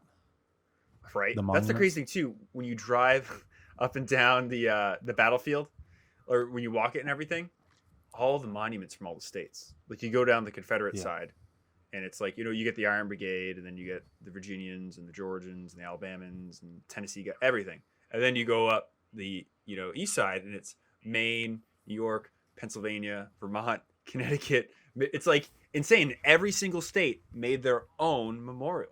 So it's like you go 200 feet, it's this one. 200 feet, it's this one. 200 feet, it's this one. It's pretty cool. So The unit I used to portray when I first got into reenacting, their flag was captured at the modern day. It's called the angle. There's two 90-degree turns in the rock wall, and that's where the flag of the 19th was captured. And I don't know how it was identified because the 19th VA was cut out of the flag. And it's preserved. It's in Richmond in a museum, or it was. I don't know if it's been taken off display or not. But yeah, just little things like that. You get up to the wall, and the modern term is the high tide of the Confederacy. yeah, I was just gonna get into that. Like when you stand in that little copse of trees and you look across that battlefield, and you realize that within a yard the Confederate front line got to this fucking some of the vanguard got to this position. Yeah. This is the high watermark of the Civil War. And these men were not battle tested. They were fairly green because, like Pickett said, they had not been in any kind of an engagement of this magnitude. They'd missed most of the engagement. Well, even if they were, would that have mattered? Do you think? No. I mean, they were getting gunned down. They couldn't do nothing. Yeah. But exactly. I mean, they stood their ground, or not? They kept going. They did not stop. What I think is interesting too, after going to the battlefield, is that, and they do show it. They don't say it, but they show it towards the end of Pickett's charges. There was that farm that had that red barn in the middle of the fucking battlefield, the center of it, right on the Edmundburg Road or whatever it was, or right a little bit off of it. And when they got to there, and they still had to go up that really steep, like quarter of a mile walk, and it's just like insane. They got halfway there. They like, we can still do this and everything, but it was that last half mile that they just got fucked. Yep. And and I think there's stories of that. I think there was some little bit of fighting that was happening around that red barn, because I know that was shot to shit, and it's still there, which is fucking insane. I know one of them got burnt down because there was Confederate snipers in it, and they were like, they burned that bitch down. Oh, speaking Yeah, of right? that, okay. Can we please talk about this? The guy that got General Reynolds, how Hollywood was that? Or how accurate was that? I knew this was going to come up. It's like the equivalent of modern day. You're on a patrol, one shot. Oh my God, it's a sniper. Well, sure, but like He wasn't popped in the head. He was popped in the, I think the lower torso. in the side. Yeah. So it could have been just a straight bullet. Liver shot. It sounded like. Yeah. It could have been. So my question was, okay, you've got that equipment on a fucking actual rifle, right? Would that Confederate sniper, we'll call him, have been that close and on the front line, or would he have been back, or what? That's kind of where I'm asking. I don't know how the Confederate snipers were deployed, because you had the second United States sharpshooters, which were manned to a T with sharp rifles. Yeah. Right. Yeah. But the Confederate snipers, I mean, they had Whitworth rifles, and I think to today's standards, they're like $1,200, or no, today they're $1,200 reproduction. But I think back then the Confederate currency converted to British money, it was like 20 grand. Damn. But that rifle with the Whitworth ammo to today's standards still holds up. Because it is a square. It's an octagon. Yeah, it's an octagon. That's what it was. Yeah, it's an octagon bullet with an octagon barrel. Yeah. You can only fire like 2 times. You need to clean it thoroughly. Wow. Because it's yeah. tight fitting. That's why I was asking, like, because here's the thing: is like that whole engagement was like, it was, the sniper seemed like he was on like the front lines, just fighting in line combat, or kind of like unorganized line combat. Yeah, I don't know. I'm sure there's like some evidence you can go deep into, but I don't. I mean, so you don't know like where they would be positioned, or like how they would operate? I'm not really sure. That's fine. Because that's like it's the equivalent of the 101st Airborne. No one does it, so no one knows any information about them. Yeah. No one really does Confederate sniper, and if you do, everybody's like, "What are you doing?" What's the thing is they were so few and far between. Like that's why I was asking. Like, I would surmise, based on no knowledge whatsoever, that he probably, if it was a Confederate sniper that picked him off, he probably would have been a little bit farther back, in more concealment, whatever. But like, maybe, I mean, those optics aren't like today. I mean, you're only probably I know they're basically you're probably 0.5 getting power. Yeah, you're probably getting like a 4 times zoom at that. Like the equivalent of maybe of an ACOG. And even then, you don't because have it was so expensive. That's what I'm asking. Is like massive. Would they put him a little bit behind, and like, okay, you are picking off officers, yes, but like, he was deployed by horse. No, I mean, I think they were not deployed in like 100 killer teams, like 2 men, like in the Russian standard. But I think they were embedded with infantry, but I don't know to what degree. Like in me either, because like in Cumberland, Virginia, the very, very short, small battle, Confederate Whitworth round bullets have been found, like in camp and in so they were abundant. The Confederate government did purchase quite a few Whitworth rifles, shockingly. Now, going on my shitty memory, I think there's only a few scoped evidences of Whitworth rifles. Well, that's the thing, is like, that's what we say in this podcast all the time. It's like, it's better to say you don't know than to just bloviate and like fucking start rumors that people perpetuate in comments all the Yeah. time on YouTube. Like the So, Grand no, it's Kill fine. people. Like, yeah. Yeah, The ping. it's like if we don't know, we don't know. It's like fuck. It's difficult. It's extremely niche. Hey, Brian, niche, not niche. Niche was a fucking Joe psychologist in Dirte. Germany. Yeah, so it's a very niche. It's a very niche subject. Very niche. Oh, Brian. Nicky. This Yeah. is my side of the hut today. But anyway, no, motherfuckers. it's like it's good because like I don't know and you don't know, and it's like it's so fucking. There's probably gonna be like. I maybe guarantee one guy you. I'm guarantee you there's a book on Confederate snipers that would cover it. maybe.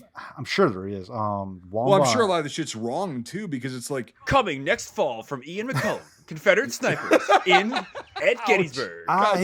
He did do an episode on the Whitworth. I don't know if he covered it or not, but no, but like it's because I've heard about it. Obviously, like they did exist, but it was like so minuscule on the scale of like whatever, and it's like. Also, records were not good back then. It's like they could have been destroyed. They could have whatever. It's like I'd like to know more, but like I also want it to be accurate. and then again, they might. The Confederacy is such an odd duck. I mean, they could have been a private purchase. I mean, you could have exactly. you could have private purchased a and we would never know. no. So yeah, Unless there's unless there's photo evidence. So okay, so like getting back to the film is like that scene. What do you think about that? I think it's decent, but I think it's kind of Hollywooded up too. Like he's, I mean, Sure. obviously you're not going to be like covered in a ghillie suit and like crawling slowly. So I mean, I think it was decent representation. I guess. Plausible? Yeah, definitely plausible. Plausible. Okay, I mean, he's in the woods. Apparently, those woods were not that overgrown during the war. There's a picture that was out that it's wooded, but it's not like covered in what's that stuff called, the poison oak. underbrush. Yeah, well, the kudzu and poison oak. and Yeah, stuff. kudzu wasn't around then, but like well here it was in Japan, but like not here. But like because up here we've got a lot of undergrowth. We always have, and in Pennsylvania, I'm pretty sure it's a lot less undergrowth because it's older Well, growth trees. It's farm too, so you would have Yeah. all the animals out there just going to town. Oh, sure, yeah. There you go. Yeah. So yeah, it's plausible, but it's like somebody shot Reynolds, General Definitely. Reynolds. Definitely. Somebody shot him and killed him. Now it's Right. not like Who shot General I Reynolds? can't remember who the general was, but at, Was he in the bell tower of Cemetery Ridge? Speaking of that, though, there's no CGI in this film, but that is the only mind or visual object that's being obscured. So when you see the zoomed out shot of the seminary with Buford in the tower, that backdrop behind it is actually a period photo taken from the tower, Oh, colorized. That's why it kind of looks kind of off, but it's not CGI. superimposed. I was thinking so I'm Because not that making now some- is all I'm- modernized, Yeah, McDonald's and shit. But yes, it's a yeah. it's right. a modern, it's a The- period photo taken from the bell tower and then Superimposed. colorized. There's the East Road that goes through Traveler's Lodge and all the fucking bullshit. So yeah, but what do you call it? I was thinking it was either a matte, like a green screen. They used to call them mattes back in the day. They were blue, or a matte painting. And It's- matte paintings are basically a painting on glass that you superimpose an image on, and then you shoot a very small segment of it on, and then you have your. It's kind of like forced perspective in a way. I'm not sure. They which did a one lot of Star Wars with matte paintings. Yeah. Like the very famous scenes like inside the Death Star and stuff. They're basically all matte paintings. Uh-huh. If you look like 2 or 3 back, I just saw some tangent. What Empire or the Return of the Jedi in theaters, and now I know about this. So like, if you look at like the 3rd or 4th Stormtrooper back is a fucking piece of paint. Yep. And they get less and less detail. So when I saw that, I was like, well, that's really cool because again, it's all modernized. And second, like, how exactly they do that? It was a little off, but that makes complete sense. Yeah, it's I don't know how they did it, but like I said, it is a period photo taken from the bell tower or the observation tower, what do you want to call it, and then they have colorized it and imposed it.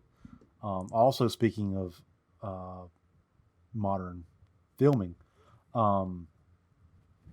This is the first film, if I remember correctly, this is the first film to use a camera on a drone. Really?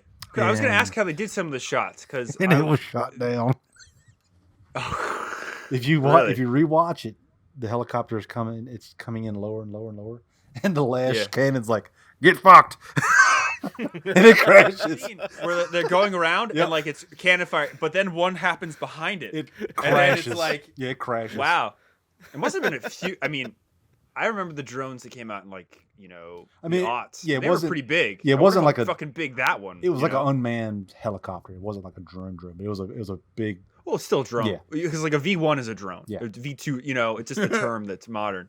But like that's interesting that it happened because I was wondering about that. And just to reiterate, like my favorite shot for the whole film was when they're going down. And it's not a drone shot, but when they're going down the line of the main guys as they're shooting, down Yeah. into the woods. Mhm. I thought that was really cool just to see them all go. And you could see like they were going over rough terrain and stuff.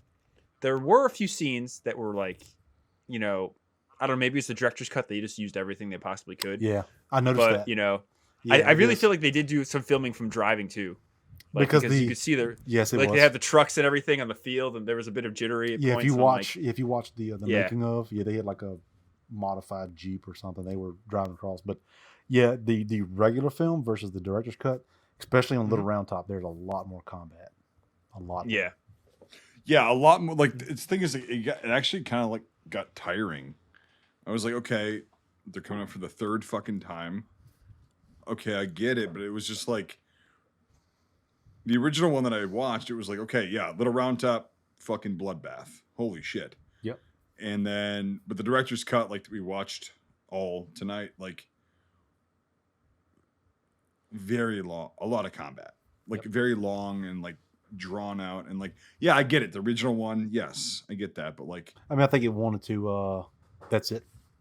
That picture everything behind this building. That is all a period photo that has been. superimpose and colorize. Yep. I colorized. bet you that's a matte painting because look at the shingles on the roof. See how they're painted? It's interesting too because all the CGI and stuff. This is at a point in time where it's really starting to come into effect. ILM was like on the forefront, like Jurassic Park. That's like fucking CGI dinosaurs. That's right around this time. I think Jurassic Park was 91, I think. so the same year. Wow, Well, interesting. let me double check. But Yeah, but it's early 90s, and so it's just interesting to see like this is a more traditional style of filmmaking, which is cool. But Yeah, in 93. certain ways, a truck and a 93.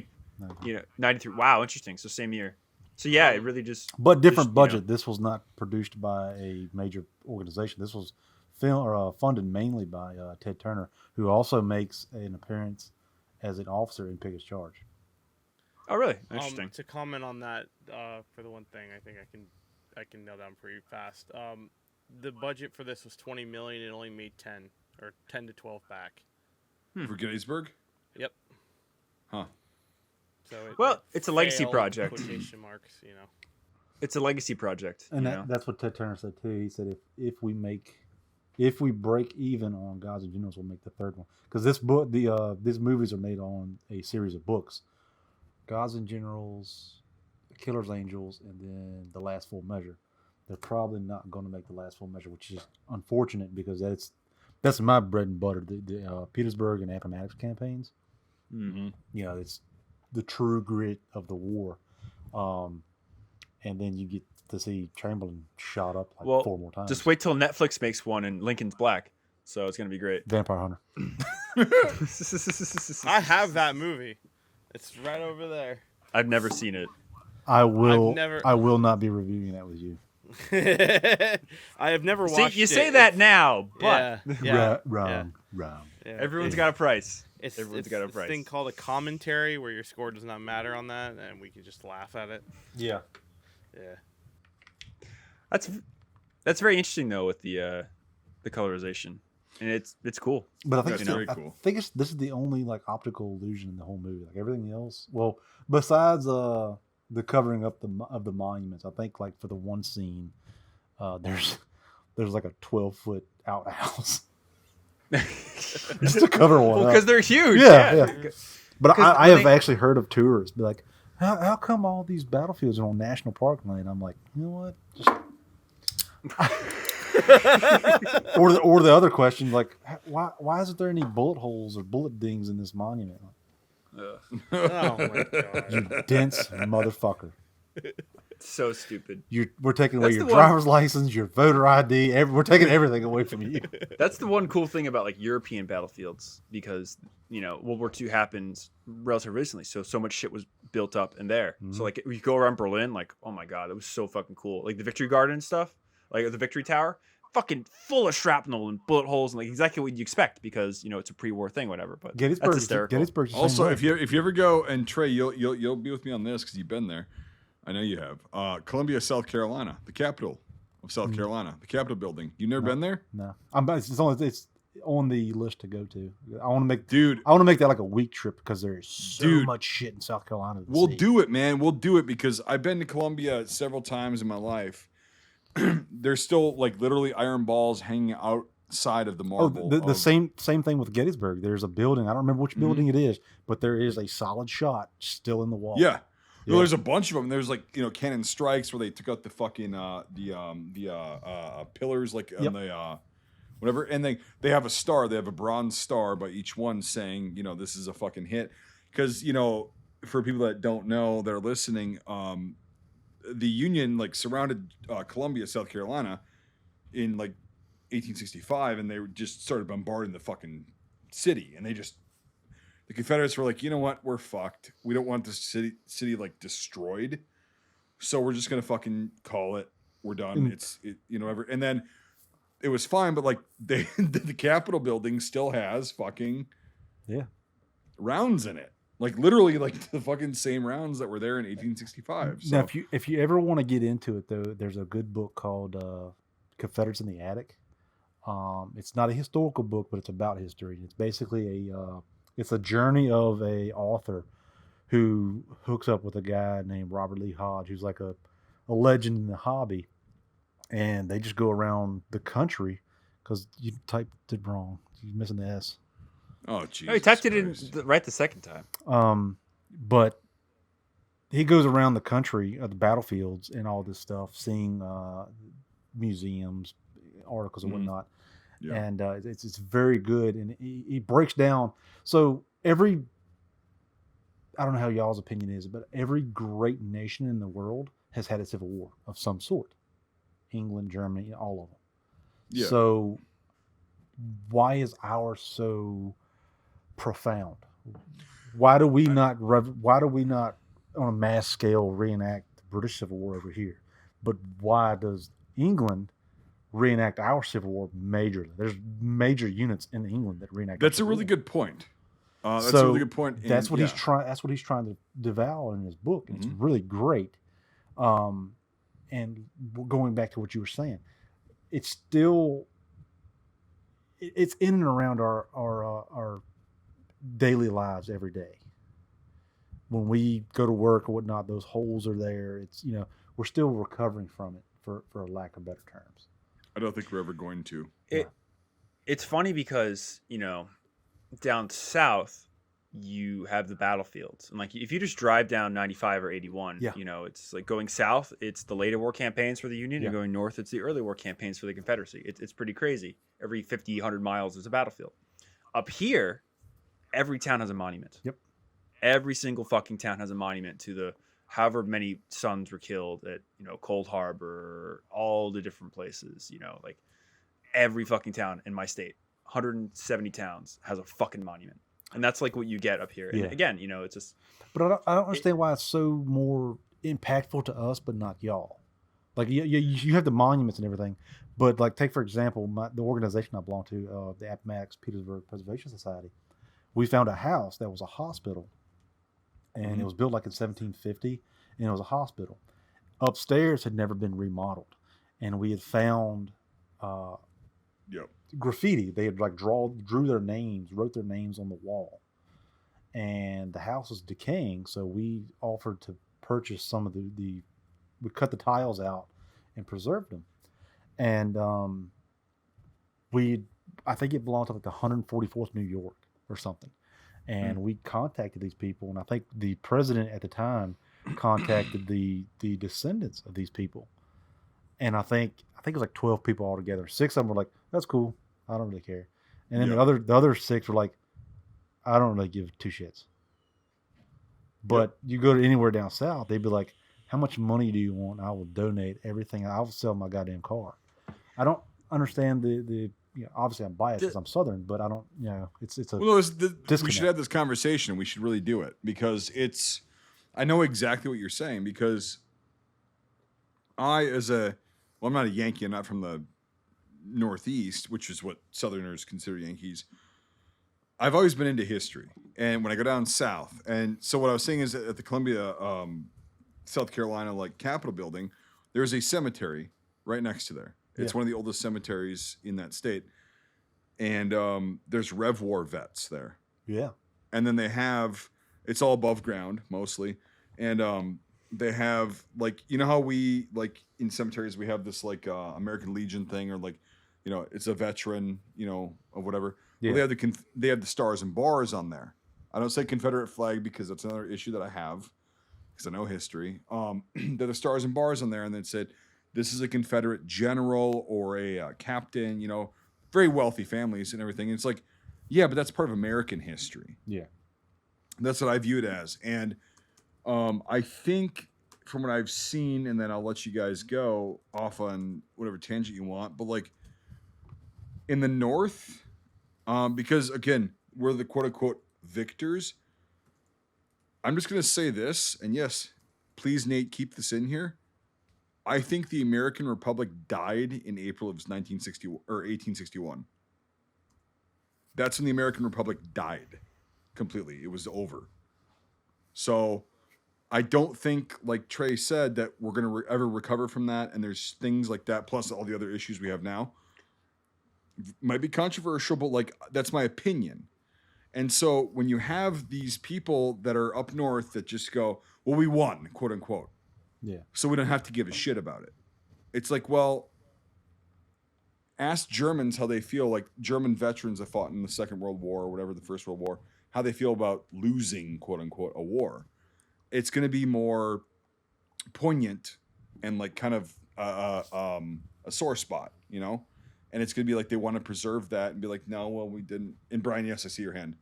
But like, that's just my observations, is because the North didn't technically, quote unquote, lose that war. And that's what's been taught in schools. That's what people believe from that entire conflict, which was completely fucked up. So anyway, base level shit, Brian. How I view it is this. The 13 colonies were incredibly different. They were started for different reasons, and they really only got together for, monetary and tax reasons to fight against the British to repel them. Mm-hmm. And the Republic and the independence this country had in the late 1700s was not pure. It was not, Correct. A lot of things had to be brokered for us to get 13 colonies to get on the same page. The southern states were much more okay with being under British rule. I mean, South Carolina literally just like loved the king. And those tendencies stuck, post independence into the Republic era. And as you get further along into the 1800s, those differences are still brewing. There's a big difference between my state and Georgia, today and back then. So the Civil War kind of was something that needed to happen to correct what was left on the table from the independence movement, in my opinion. And, in a way, it shattered the country that we'll never get it back. But in another way, it made America what it is. Yeah. To be able to go everywhere around the world.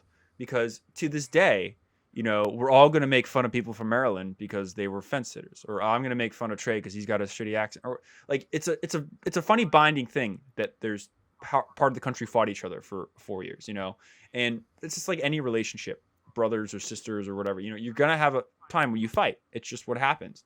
And that was really America's, okay, fine, fuck you, we don't agree, so we're going to go to war, politics has failed, so then the armies come out. And post 1865, Reconstruction failed, whatever. You can talk a lot about that. But what I really feel like there's a difference between the North and the South today is that, we didn't grow up being told the story from our great-great-grandpappies about how fucking that butcher Sherman came through my fucking town, stole everything, burned down my house, and fucking bent all the railroad ties. Yep. I don't know what kind of life you had, Brian, but that was exactly my life. I know, literally, yeah. And I'm saying this because I've heard you talk about this before, and I've heard it from other things. But like, in the South, you were ingrained that this horrible thing happened to you, and it was this thing that didn't happen up north.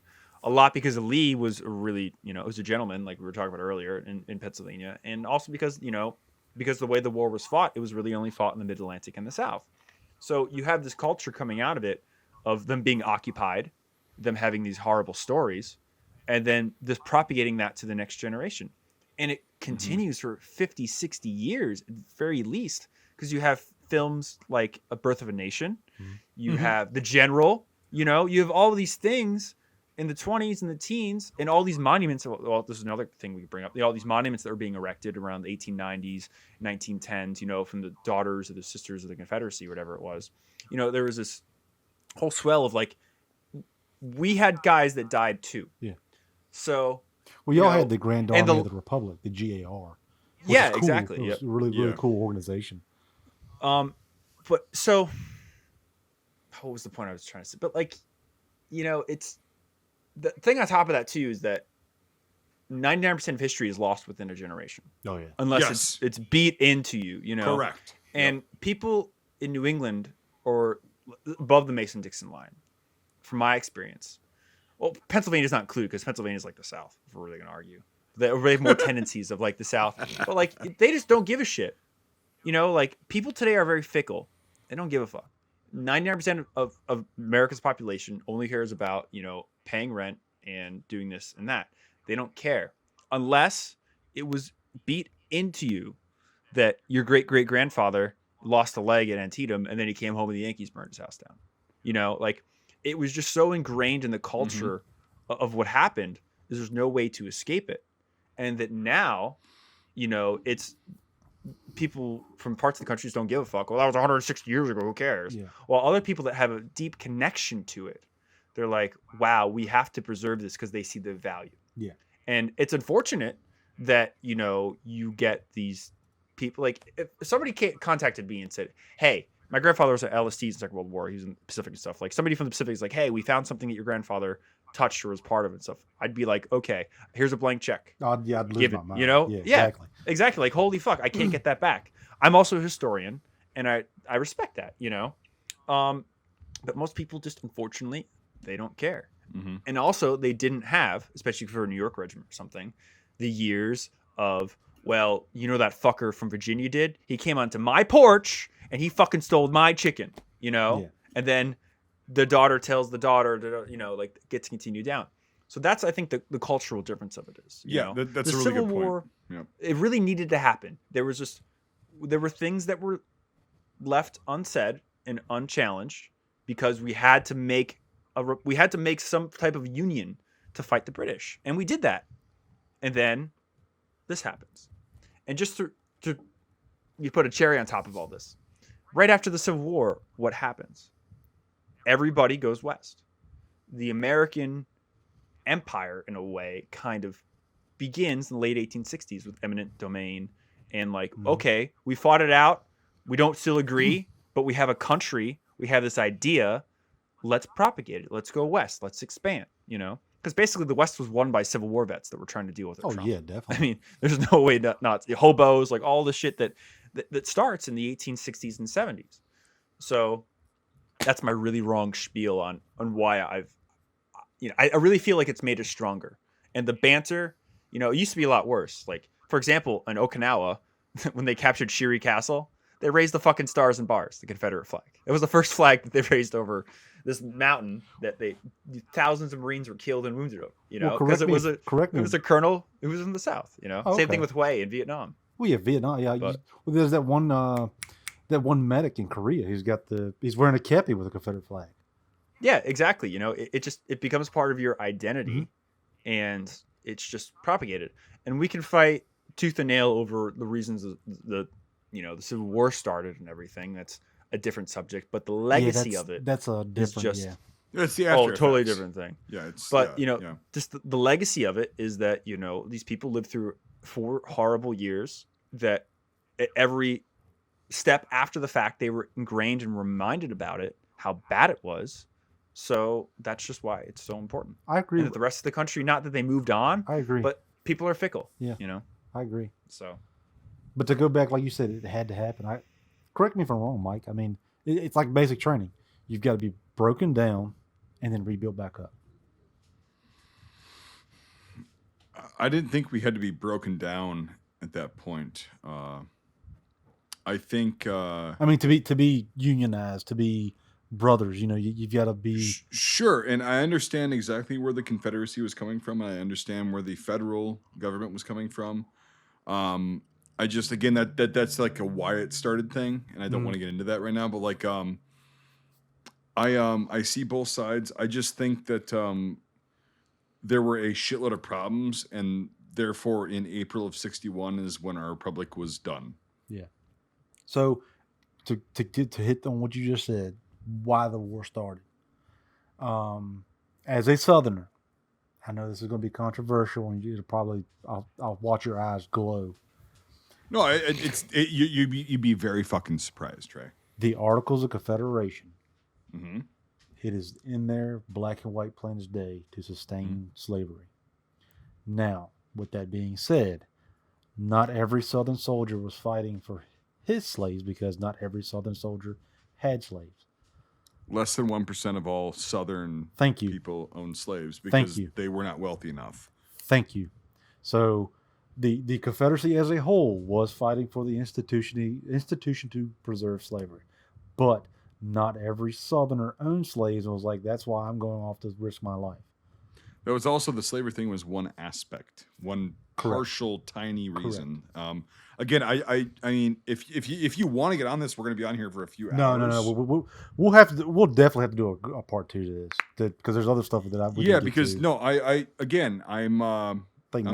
sleep. According to the fucking Southerners, the retarded Southerners, not you, but like no, I understand. I understand why things happen the way they did. I don't necessarily have to agree with it or like it, but I understand to the best of my ability. And that was, even for the Union, that was not even a fucking thought in their mind until it was convenient for them. Correct. In 1863. So it just comes down to a states' rights issue. If you really want to boil it down, and the states' rights to determine their future. And on top of it, that this, again, the North has always been industrialized, and the South has always been a plantation-style, agricultural economy. And it was who they were trading with too, as well. Like that was a big thing. Is like, the Confederate States were pissing off the federal government because they were trading a lot with Britain, and it's like, well, we just fought a fucking war 30 years ago. What the fuck are you doing?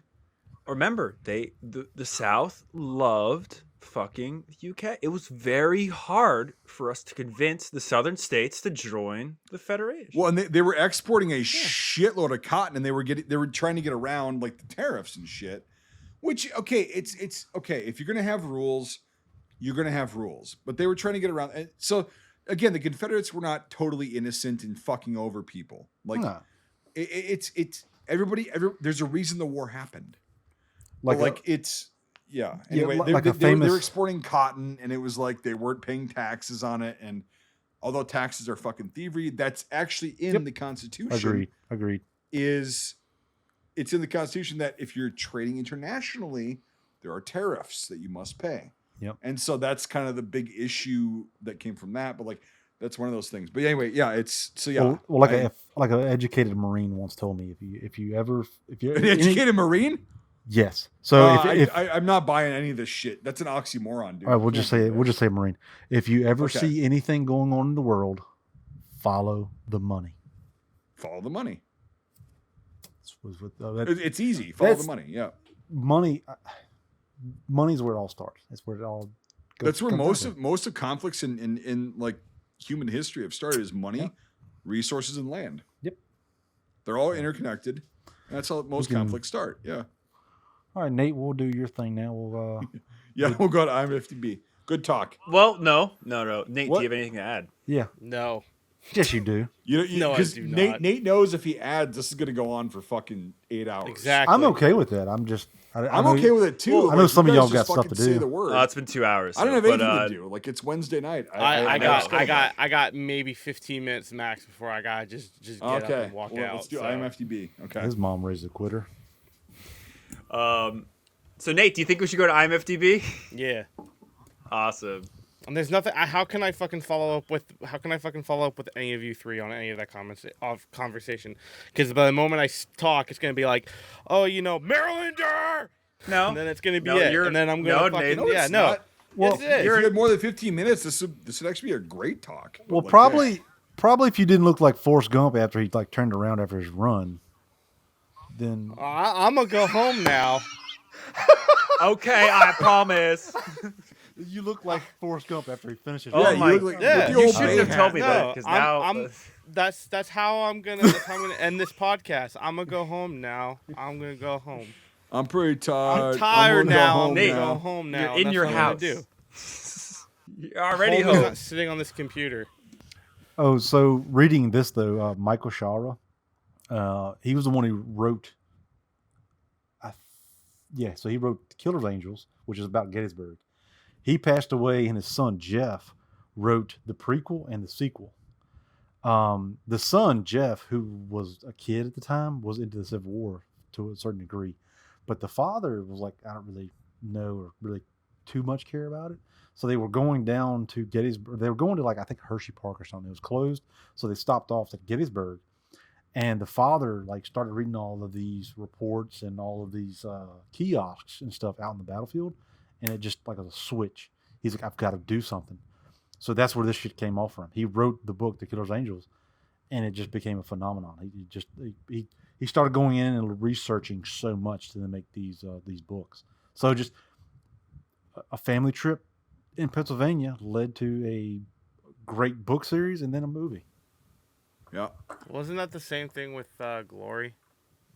Yeah, the director was touring Massachusetts, and he stumbled upon the 54th Massachusetts Monument, and he was like, "What is this?" And you get to look, and he's like, "That's a great story." And lo and behold, there's the movie. One cool thing they said in the description of this. So apparently, Gettysburg first aired on TNT, which is funny because it's the Turner Network, and Shocker. what do you call it? It's a 2-part series over 2 days, and then it was released. So it's interesting. They actually showed it on TV first. That probably is why it didn't do well in the box office. But anyway, Wah, wah, wah. Probably. Yeah. So yeah, Yeah. The three band. Yep. So that's what majority of the Confederates, right? both. And All- yeah, I was pretty much just all saying. pretty much Yep. all of the 20 or the not the 29th, I'm sorry, all of the 20th Maine carried. Apparently Oh, they yeah, didn't the like 'em. Lorenz rifles too. That's what it says here. Yeah. Okay. But they're all the same caliber. They're 570 or 58, but 577. The Lorenz was not. The Lorenz is 54. 50 was it? Oh, Yeah. that yes. I think some were rechambered, but I don't remember what caliber. I don't remember if Huh. it was 57 or not, or 58 or not. But yeah, the Austrian Lorenz was 54 caliber, but the infield is 577, and the Springfields are 58. Not much, like you can't really tell, but You can interchange the mini balls yeah, though. correct, yes. Yep. So And there's the movement of the saber. I think that is a reenactorism, and this movie really greenlit, gaslight, whatever you want to call it, that crap. I was wondering about that. Yeah. There's no, it's all commands, it's all voice. There's actually a like everything in the army. There's a manual for the saber or the sword. yeah. There's no twist your wrist, then point this. There's no. It's not a fucking traffic light cone or whatever. You give the commands, and the men know what they could do this shit in your sleep, like they said in Gods and Generals. You tell Yeah. them right about face or column right mark. They can do it. They might not be perfect, but if you blindfold them and tell them what to do, they're going. Yeah. Yep. Yep. And there's an M1 Grand. Same guy. Yeah, you see the late war T105 E1 sights. Yeah, that's wrong. The adjustable windage, yeah. Yep. The smooth bore. Oh, I the Yeah, just, the 42. 1842. Yeah, the I 69 just- caliber, right? yep, I've got one back Yep. here. I just Yep. purchased it, the smooth bore. I've got a rifled and a Oh, smooth cool. bore. All right, Yeah, that these were used a lot. that really shiny one right there, that I don't believe is the I think that's the Austrian Lorenz. But I can only see the barrel, the first barrel band. Yeah. Cool. Yeah, 1861. Yep. 1861. Now there's a big difference between the 61 Springfield and the Enfield, and the biggest is the angle of the stock. If you look at the most Springfields or American-made weapons, the stock slants down lower, so it's more comfortable to shoot from a standing position. Mhm. But shooting it prone is a bitch. It hurts your collarbone. Oh, because it goes down. So yeah, Yep. okay, yeah. When you're aiming down, it's sitting on your collar, not your shoulder. And they never fucking went away from that. No. Fuck you, No. U.S. military. It hurts. But in my opinion, the Enfield rifle is probably at that time the greatest weapon that was produced. Oh, everybody knew that. That's why everybody used it. Well, it's yeah. cheap. I mean, during the Civil War, if you were an inventor, God, that was the time to be alive, brother. If you wanted to make money, Burnside carbine, Smith carbine, Merrill carbine, Sharps carbine. Oh, there's so many Oh my carbines. Yeah. God, man. The Hall rifle, the Springfield rifle. Government cheese. Yep, yes, sir. And they were handing it over left, right, and hand center man. Just take it. Mm-hmm. Now there's there's controversy around this. I'm not that savvy on this rifle, but from my understanding, there, like I said, there was about 20,000 made, but they were never fielded because they are a 2-band rifle. Mm-hmm. If you are in a formation firing over somebody's shoulder, either that cap or the muzzle will be right next to somebody's ear. And it's a shorter rifle. So It's like reenacting. Yeah. What guy do I not know at this event's going to blow my ears out? basically, yeah. Interesting. Sharps. I I want one of these. actually, Those were that's- so expensive back then. Actually, too. that is so funny. That is not a Sharps. That is it is a Sharps, but it's a Confederate Sharps because of the rear sight. There's no elevation, and the barrel band is Oh. brass. So the Confederates made their own knockoff version of the Sharps? Yep.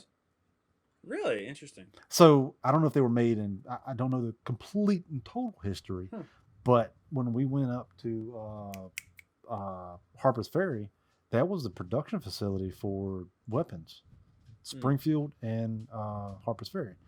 So basically, just before I think I can't remember what time frame it was, but they dismantled the machinery and shipped it to Richmond to Tredegar Iron Works. Wow. Just a random tangent. At Quantico, they have the fucking axe that the Marine detachment that was attached to Lee used to break down the door that's so awesome. at Harper's Ferry, and it's like, that's fucking insane. That's awesome. You know? So no, Like- that in and of itself is another great story. He ordered the Marines to fix bayonets, not load, and charge in because he did not want collateral damage. Because of an armory, yeah. Yeah, so he didn't want, because they had civilian hostages. He didn't want them going in and just blasting away because smoke and powder. You see a flash, you turn and shoot. I like the show The Good Lord Bird, but it's so historically inaccurate. It's not even funny. Like they make John Brown. Just my opinion, John Brown is a piece of shit terrorist.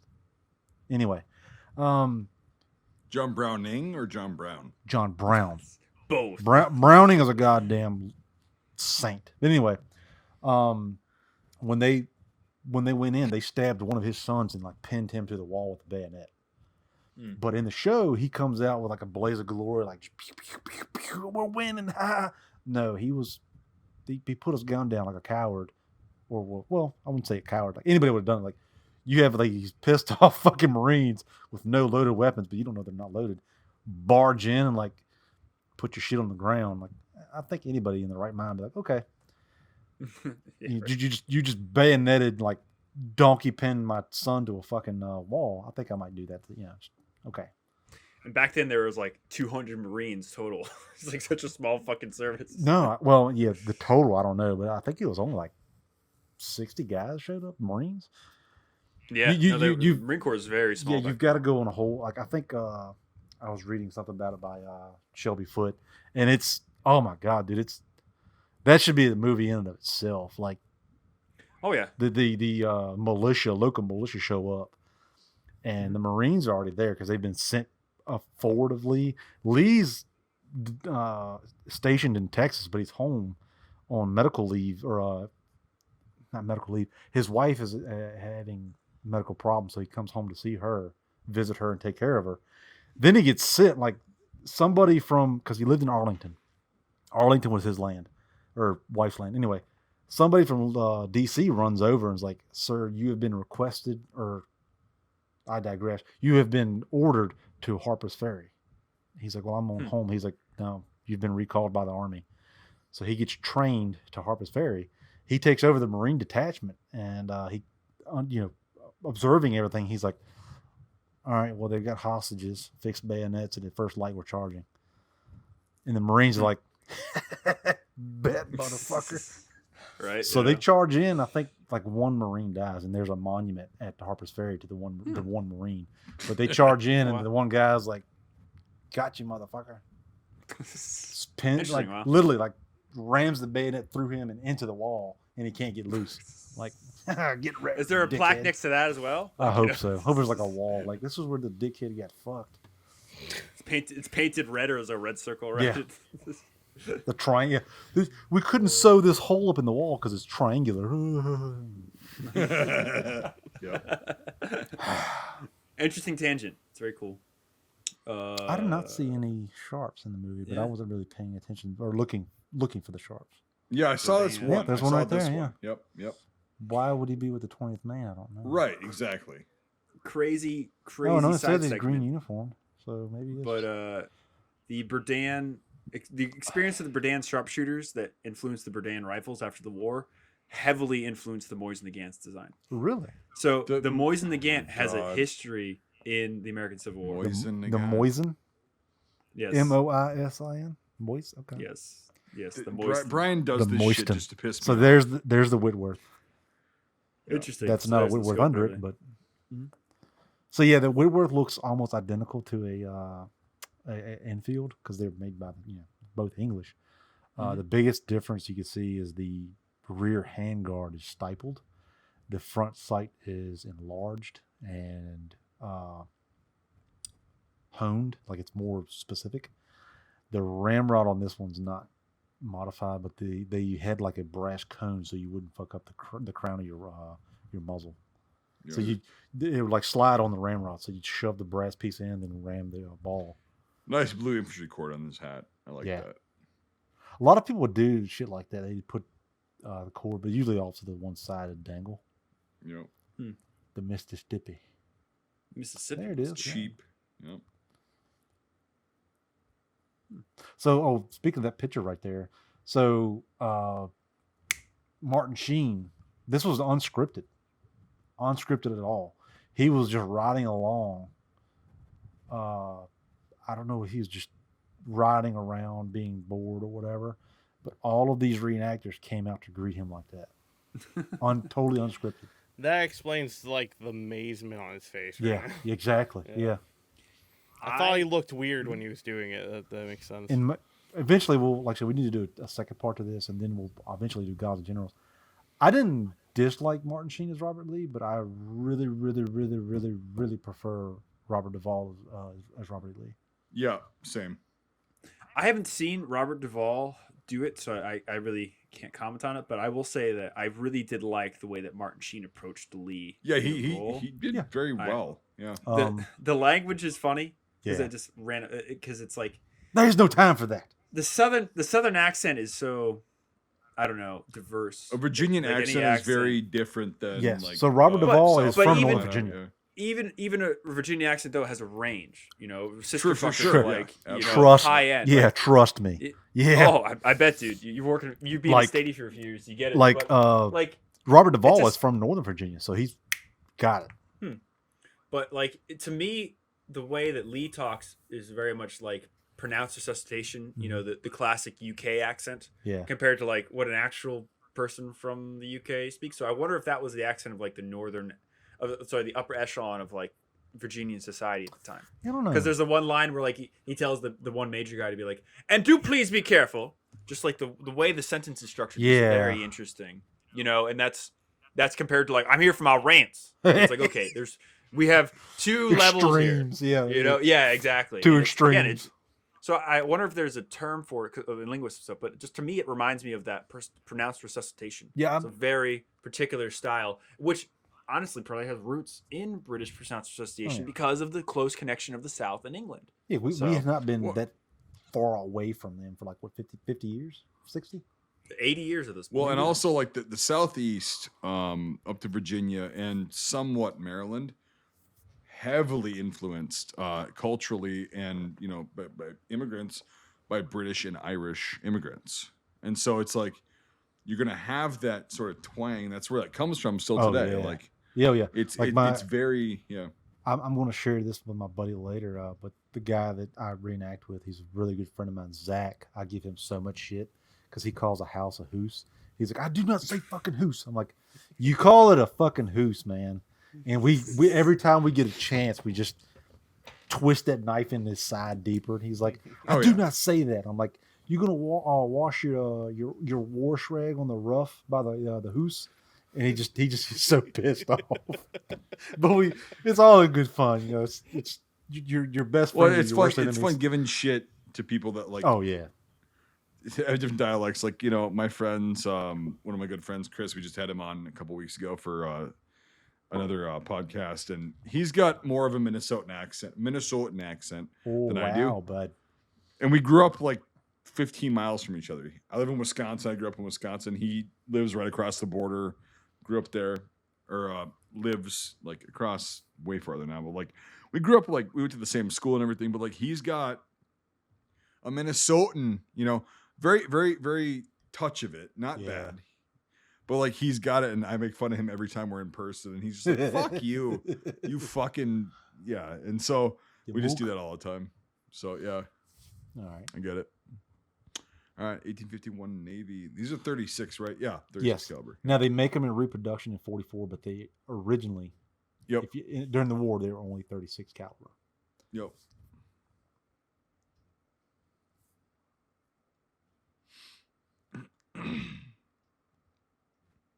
The 1860. Now, I'd like to have one of these. I've got the 44 Colt, but in the movie, Colonel Chamberlain does reload a cylinder of this, which is cool to see. Which is cool to see because most people are like, why is he ramming his barrel into the rock or the ground? It's because he's trying to seat the barrel back into the pistol, because to take the pistol apart, you have to take a wedge out of the cylinder, pull the barrel off, pull the cylinder off, put a new cylinder in, put the barrel back onto the rod, then shove the wedge back in. But you can't easily shove the wedge back in because the barrel has to be seated. So he's ramming the barrel to seat it back into the pistol. Then he shoves the wedge back in. Now, I don't know how common that was. I do know that they were issued a wooden block of ammunition, which is really cool. Eventually I'd like to make some just for shits and giggles. But it is a piece of wood, and it's cut in a third, and it's got holes drilled in it, and each hole has a round in it. It's a paper. With a charge? It's got the charge is wrapped in paper around the bullet, and you would pull one out, put it in the chamber, ram it all the way around, all 6 rounds, and then there is 3 tubes of looks like a straw, but each end has a cap on it. So you'd shove that straw onto the cap, flip it around, put it on the next cap or the cone, and then you reload it. How many people carried a spare cylinder, which is like half a pound or whatever? You know, pounds equals pain, right? You know, ounces, pounds, pain. Mm-hmm. I don't know. Depends on how much combat you want to see, but it's also one of those things. Do you want to not have it and need it, or need it and not have it? because It was marching. cool. Like Yeah. your overall point, like Yeah. it was shown he's reloading the fucking thing. It's not like you just hand Which a reenactor like, I don't know what to do with this. Like he's click, and he's putting it back together like and he's showing that they actually do reload revolvers. Yes. You know? Yes, exactly. So it's like so the Kerr revolver. So ugly. I thought it was a star when I saw it in the movie. Wish it had a LeMat, because the LeMat's so hot. Yeah. Yeah, the LeMats are expensive, but like I said, it's 9 44 shots and then a 20 gauge shotgun. That's what I thought that was. That's so wrong. Yeah. Yeah, Even I right know there. that. I was like, yeah. Yep. I don't think it was supposed to fall out. That's why, but it's just as a stuffer, a holster stuffer. Yeah. Yeah, that right there, mincemeat. Gone. Yeah, you're toast. You're burned and GONT. You're on fire. Gone. Yeah. No fucking way. Like the only thing they would find was blue pants. Yep. So, someone lead off. Okay, homeless man. Thanks. Yeah. I'm very tired now. I'm gonna go as home. he turns off the camera. Yeah, exactly. Yeah. So I had seen this for the first time a couple years ago, and I watched the non-editor's cut version, which is like 3 or something hours, and I was like, okay, I see why this is very popular, and like I know Civil War reenacting is just like 101st Airborne and SS reenacting for World War II. Like everybody fucking does it. Yeah. It was like kind of the OG of reenacting and whatever. But like as far as the actual film was made for 93, it's pretty fucking good. Like mostly practical effects. Like 99.9% of them were practical effects. And I appreciate that. I don't care if it's 93, 63, or 2023. I love practical effects because they're more believable than CGI. And the fact that they hired reenactors, we didn't talk about this. We definitely need a part 2, Trey. You're correct. But like the fact that they actually hired reenactors that didn't look totally shitty,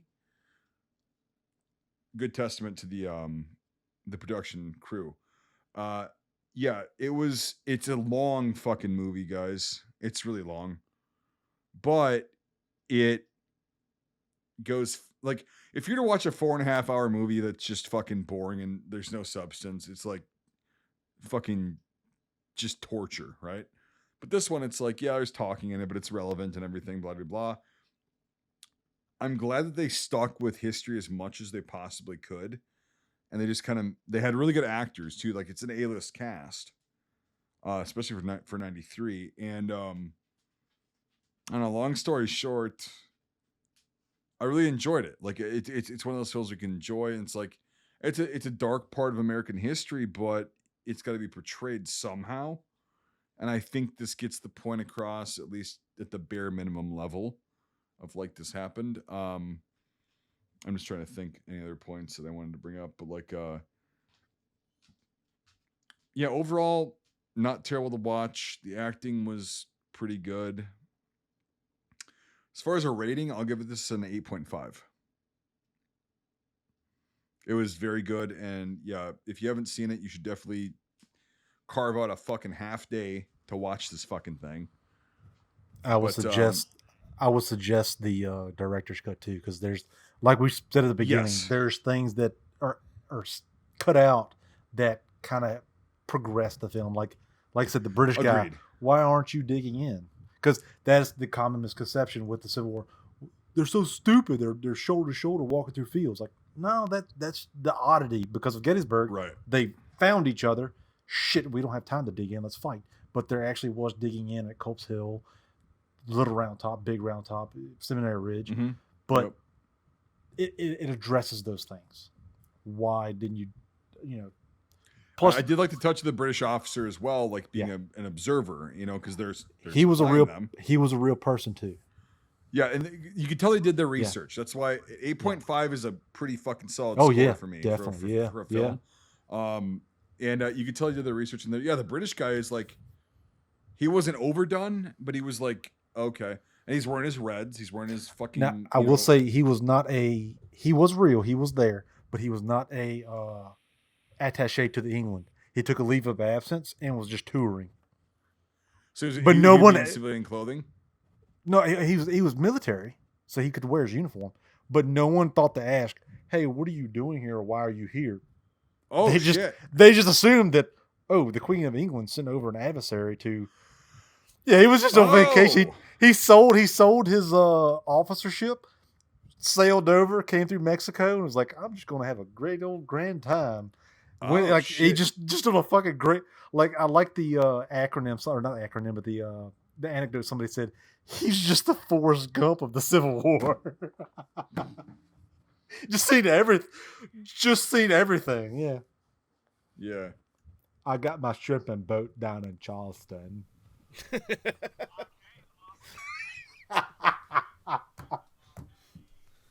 No, I think I'm the only one who hadn't seen it before, so that's shocking. It's shocking. I thought I know. Saw it. Yeah. I knew what to expect. I knew the shots I wanted, or I knew I'd seen before, and I knew what to kind of expect. But I was not prepared for it being 4.5 hours long. But that's not a negative aspect for me because I think that it is. They even though there is talking and stuff like that, there is character development in quotation marks. They're adding, they're adding depth to these real life historical figures that we read accounts of and stuff like that, but are not kind of person.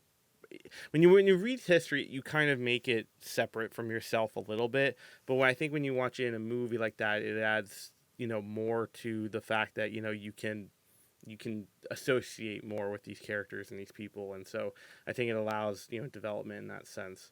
Other than that, cinematography was pretty cool.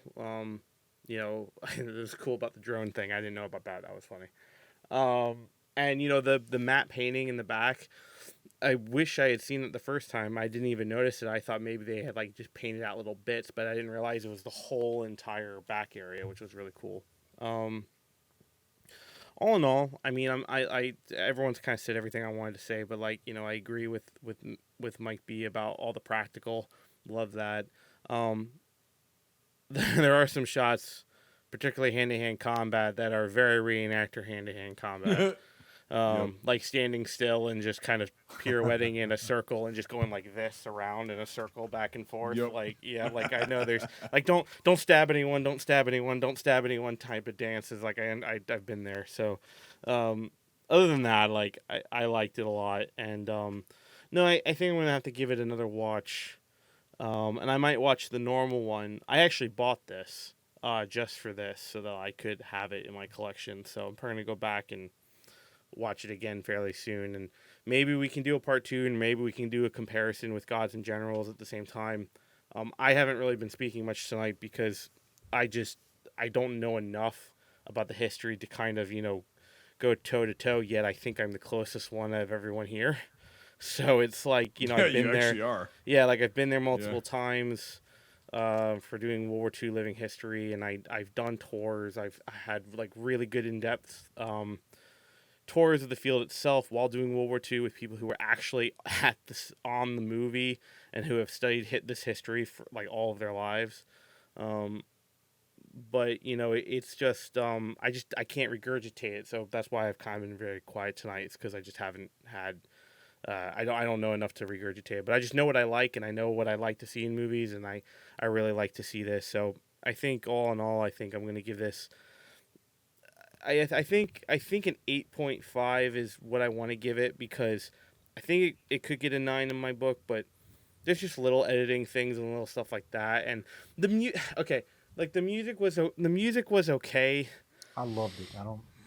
I like the music. I like the concept of the music, and I think it's just the time, it being 93. But I feel like the music just drowns. Thank you. Pivotal moments that I wish just didn't have it, but I can see why. But again, it's the time of the era. It's early 90s, late 80s, I say late 80s, meaning like the editing style is still very late 80s, transitioning Well, into the it 90s. took like 10 years to produce, 80s, yeah. 80s and Yes. 90s. So the editing style is more of that like very late 80s, early 90s, where music is originally composed, but sometimes it's not necessary, or it's way too loud or overpowering for the scene or the dramatic. Like I wish the charge didn't the main charge didn't have the music. That was just my one little gripe. But I think all in all, an 8.5 Screaming Mel Gibson's out of 10 for me. And tell me if you guys believe the same thing, because I do want to go on a small tangent. I didn't, because we didn't talk about sounds at all. I didn't hear any Wilhelm screams, No. which I was hearing for, I should say. And then the theme, I feel like there needs to be more of a caliber of the theme. And that can be budget, that can be whatever. But it felt like there was only like 3 main tracks, and they were all loud. So it was like maybe you need to put the music when it's nighttime and everyone's talking to each other in when like they're riding up in some parts, because that would be better than like, and then they're riding up. Da, da, da, da, da, da, da, da, da. It's like why? Well, even though it was later, like I think Gladiator really got that right. Yeah. As far as like a score with the scene. It was quiet when it needed to be, and it was louder when it needed to be. And yeah, I agree with you. That editing transition for music really didn't, kind of like you just said, like didn't really kind of start to phase in until like maybe like late 90s, because even like Goldeneye in 95 is like horrendous with fucking music, like The audio was great for most of it. There was a few shots that I did not like gunshots that I did not like. Like the cannons, great. ADR for extras were way off. Yeah. Oh yeah. Like you see a fat guy So when going, "There's just something over there on the hill," because I can hear reenactor fat people talk, and that was not reenactor fat people talk.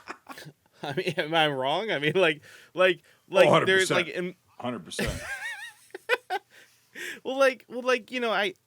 I this isn't, and that's just an easy punch at someone. But I genuinely like always have a problem when extras, their voices aren't the same.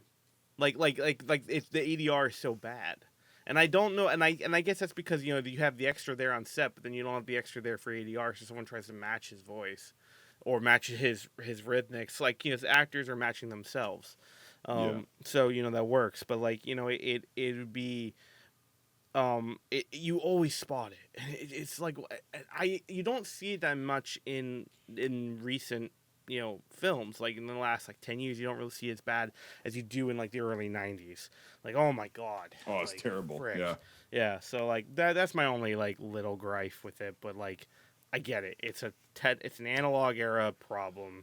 And my score doesn't compensate for that. It's just a gripe of something in movies I hate seeing. So when they're trying to save Kemper, like he's on the ground, the Federals are trying to pick him up, and the Confederates come in and like shoot them in the back. Yeah, those are modern gunshots, not muskets. Like it's it's not right. Yeah. Yep. But everything else for the most part was really good. The artillery, I really wish they would have added in some like mini balls to the air, like because they did that in Gods and Generals at Gettysburg. They did. Ah, we totally have to do that. We totally have to do that. Yeah. Yep. And I wonder, just again, time, editing, whatever. Like Well, it's a time period. Like they were limited. And like hold on, when was Gods and Generals? Because I don't know the movie. 2001, I think. One? Because they were filming the I can't remember what scene they were filming, but they were filming during 9/11.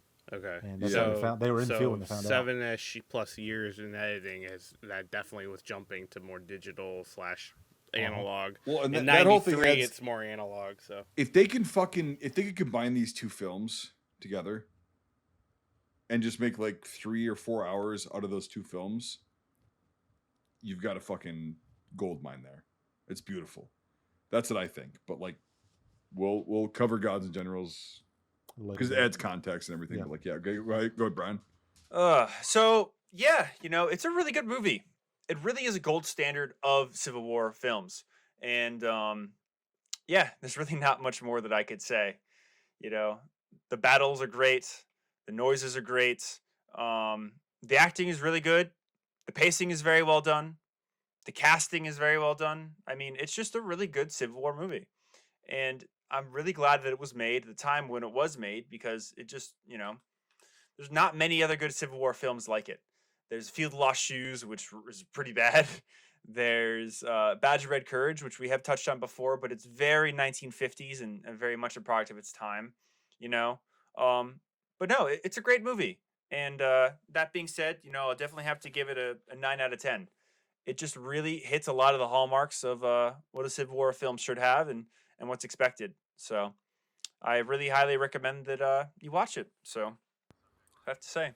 Um, yeah, like I said earlier in the film or the review, it's the godfather of all Civil War films. I mean, I don't think you can really, especially in today's climate, I really don't think you can outdo this film. It's the pinnacle of Civil War film. Um, and to my knowledge, there's no CGI in this film at all. It's all, like you said, analog. It's cut and paste a period photo, which how can you get any better than that? It's a real photo. And Yeah, it's not colorize it. CGI. Yeah. It's yeah. So I mean, yeah, it's but the few things that I griped on, like you said, we've definitely got to do a sequel to this, or a type of part two, because there's more stuff we missed. But like when you go into there was one part when they go into Lee's headquarters, and like not the provost guard and the drummer outside, they can't obviously move. That's their thing. But there's like two officers outside, and they're like posing, and the general walks by and they salute and they don't move. Like they don't even turn their head to look at him. I'm like, okay, you're trying to get like a portrait of the time. That's great, but you're not superimposed in that area. You don't have to like be completely still. So stuff like that, like be natural, be fluent, But they're just like, they're not moving whatsoever, and I'm like, it's not natural. It doesn't look right. It looks like a play. Some of the gunshots, like we were just talking about, but everything else is just great. It's awesome. Like we talked about in Glory, you can sometimes tell who the extras were because they had like very shoddy or lackluster gear, because it's going to be shot up. It's got the squib loads and shit in it. So when they get hit, they just fall flat forward, and there's no gear in the way to harm them or other people. But that's, you can't really get away from that. I mean, safety first, basically. But I mean, I enjoyed the music, especially, like I said, if you get the chance, watch this with surround sound and just turn that bass to like 3,000, because the artillery barrage, the musketry, especially, I don't know if you've ever been around snare drum, like Civil War snare drums and stuff, like modern day, like taps when you're doing like on a metal drum, you can hear it in your ears. But Civil War drum, the snare drum, when they're beating that rhythm, you feel it in your chest. Yep. And that's another thing for me. Yep. Yeah, like when you're like, if I was in the Civil War and they had like the metal snares and like, all right, we're gonna march forward, guys, across this 1 mile of field, and they had a metal drum, like, go fuck yourself, dude. I'm not doing this. You bring out a snare drum, like 6 of them, like they were doing, and beating that rhythm out, I'd be like, yeah, I'm taking hell with me. Let's go. It's full steam ahead, brother. Yeah, you can take my rifle from me. I'll just use a bayonet. Let's do this. Like, it's just something about it, just like it puts the fear of God into you. You're like, oh, dude, my blood is pumping, baby. Let's go. But like I said, if you've got the sound pumped up, you're like, oh, this gets the blood pumping, man. This is awesome. But like I said, like all y'all said earlier, this is just a great film. It's something you at least have to watch once. To be an American, it's one of those like top 50 films. To be an American, you have to watch. You have to know where we came from to where you are today. And your score? I'd say about a 9.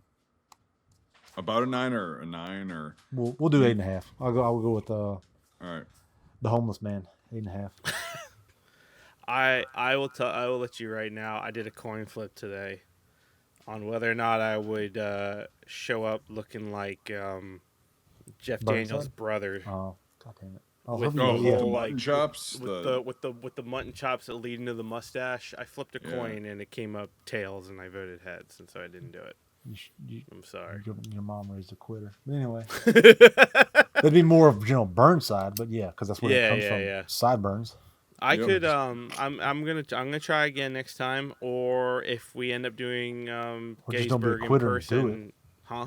Just don't be a quitter and just do it. I won't. I'll either do it in person when you come up, possibly in June. If we do guys and generals, you'll have to do it because General Burnside is the he's in commander. there. Well, He's the commander. that's only if I still have the damn thing. I gotta shave the thing off in July if I even last that long. Sounds like your mom raised a quitter. Again. So that being said, putting all the scores into the time machine that will tell us if the South actually will be able to take the town of Gettysburg, we get a score of 8.62 out of 10. So overall, again, it's a really good movie and it holds up. So I highly recommend that you guys check this one out, if you haven't, or if you haven't seen it in a long time, or, it's just a really good movie at the end of the day.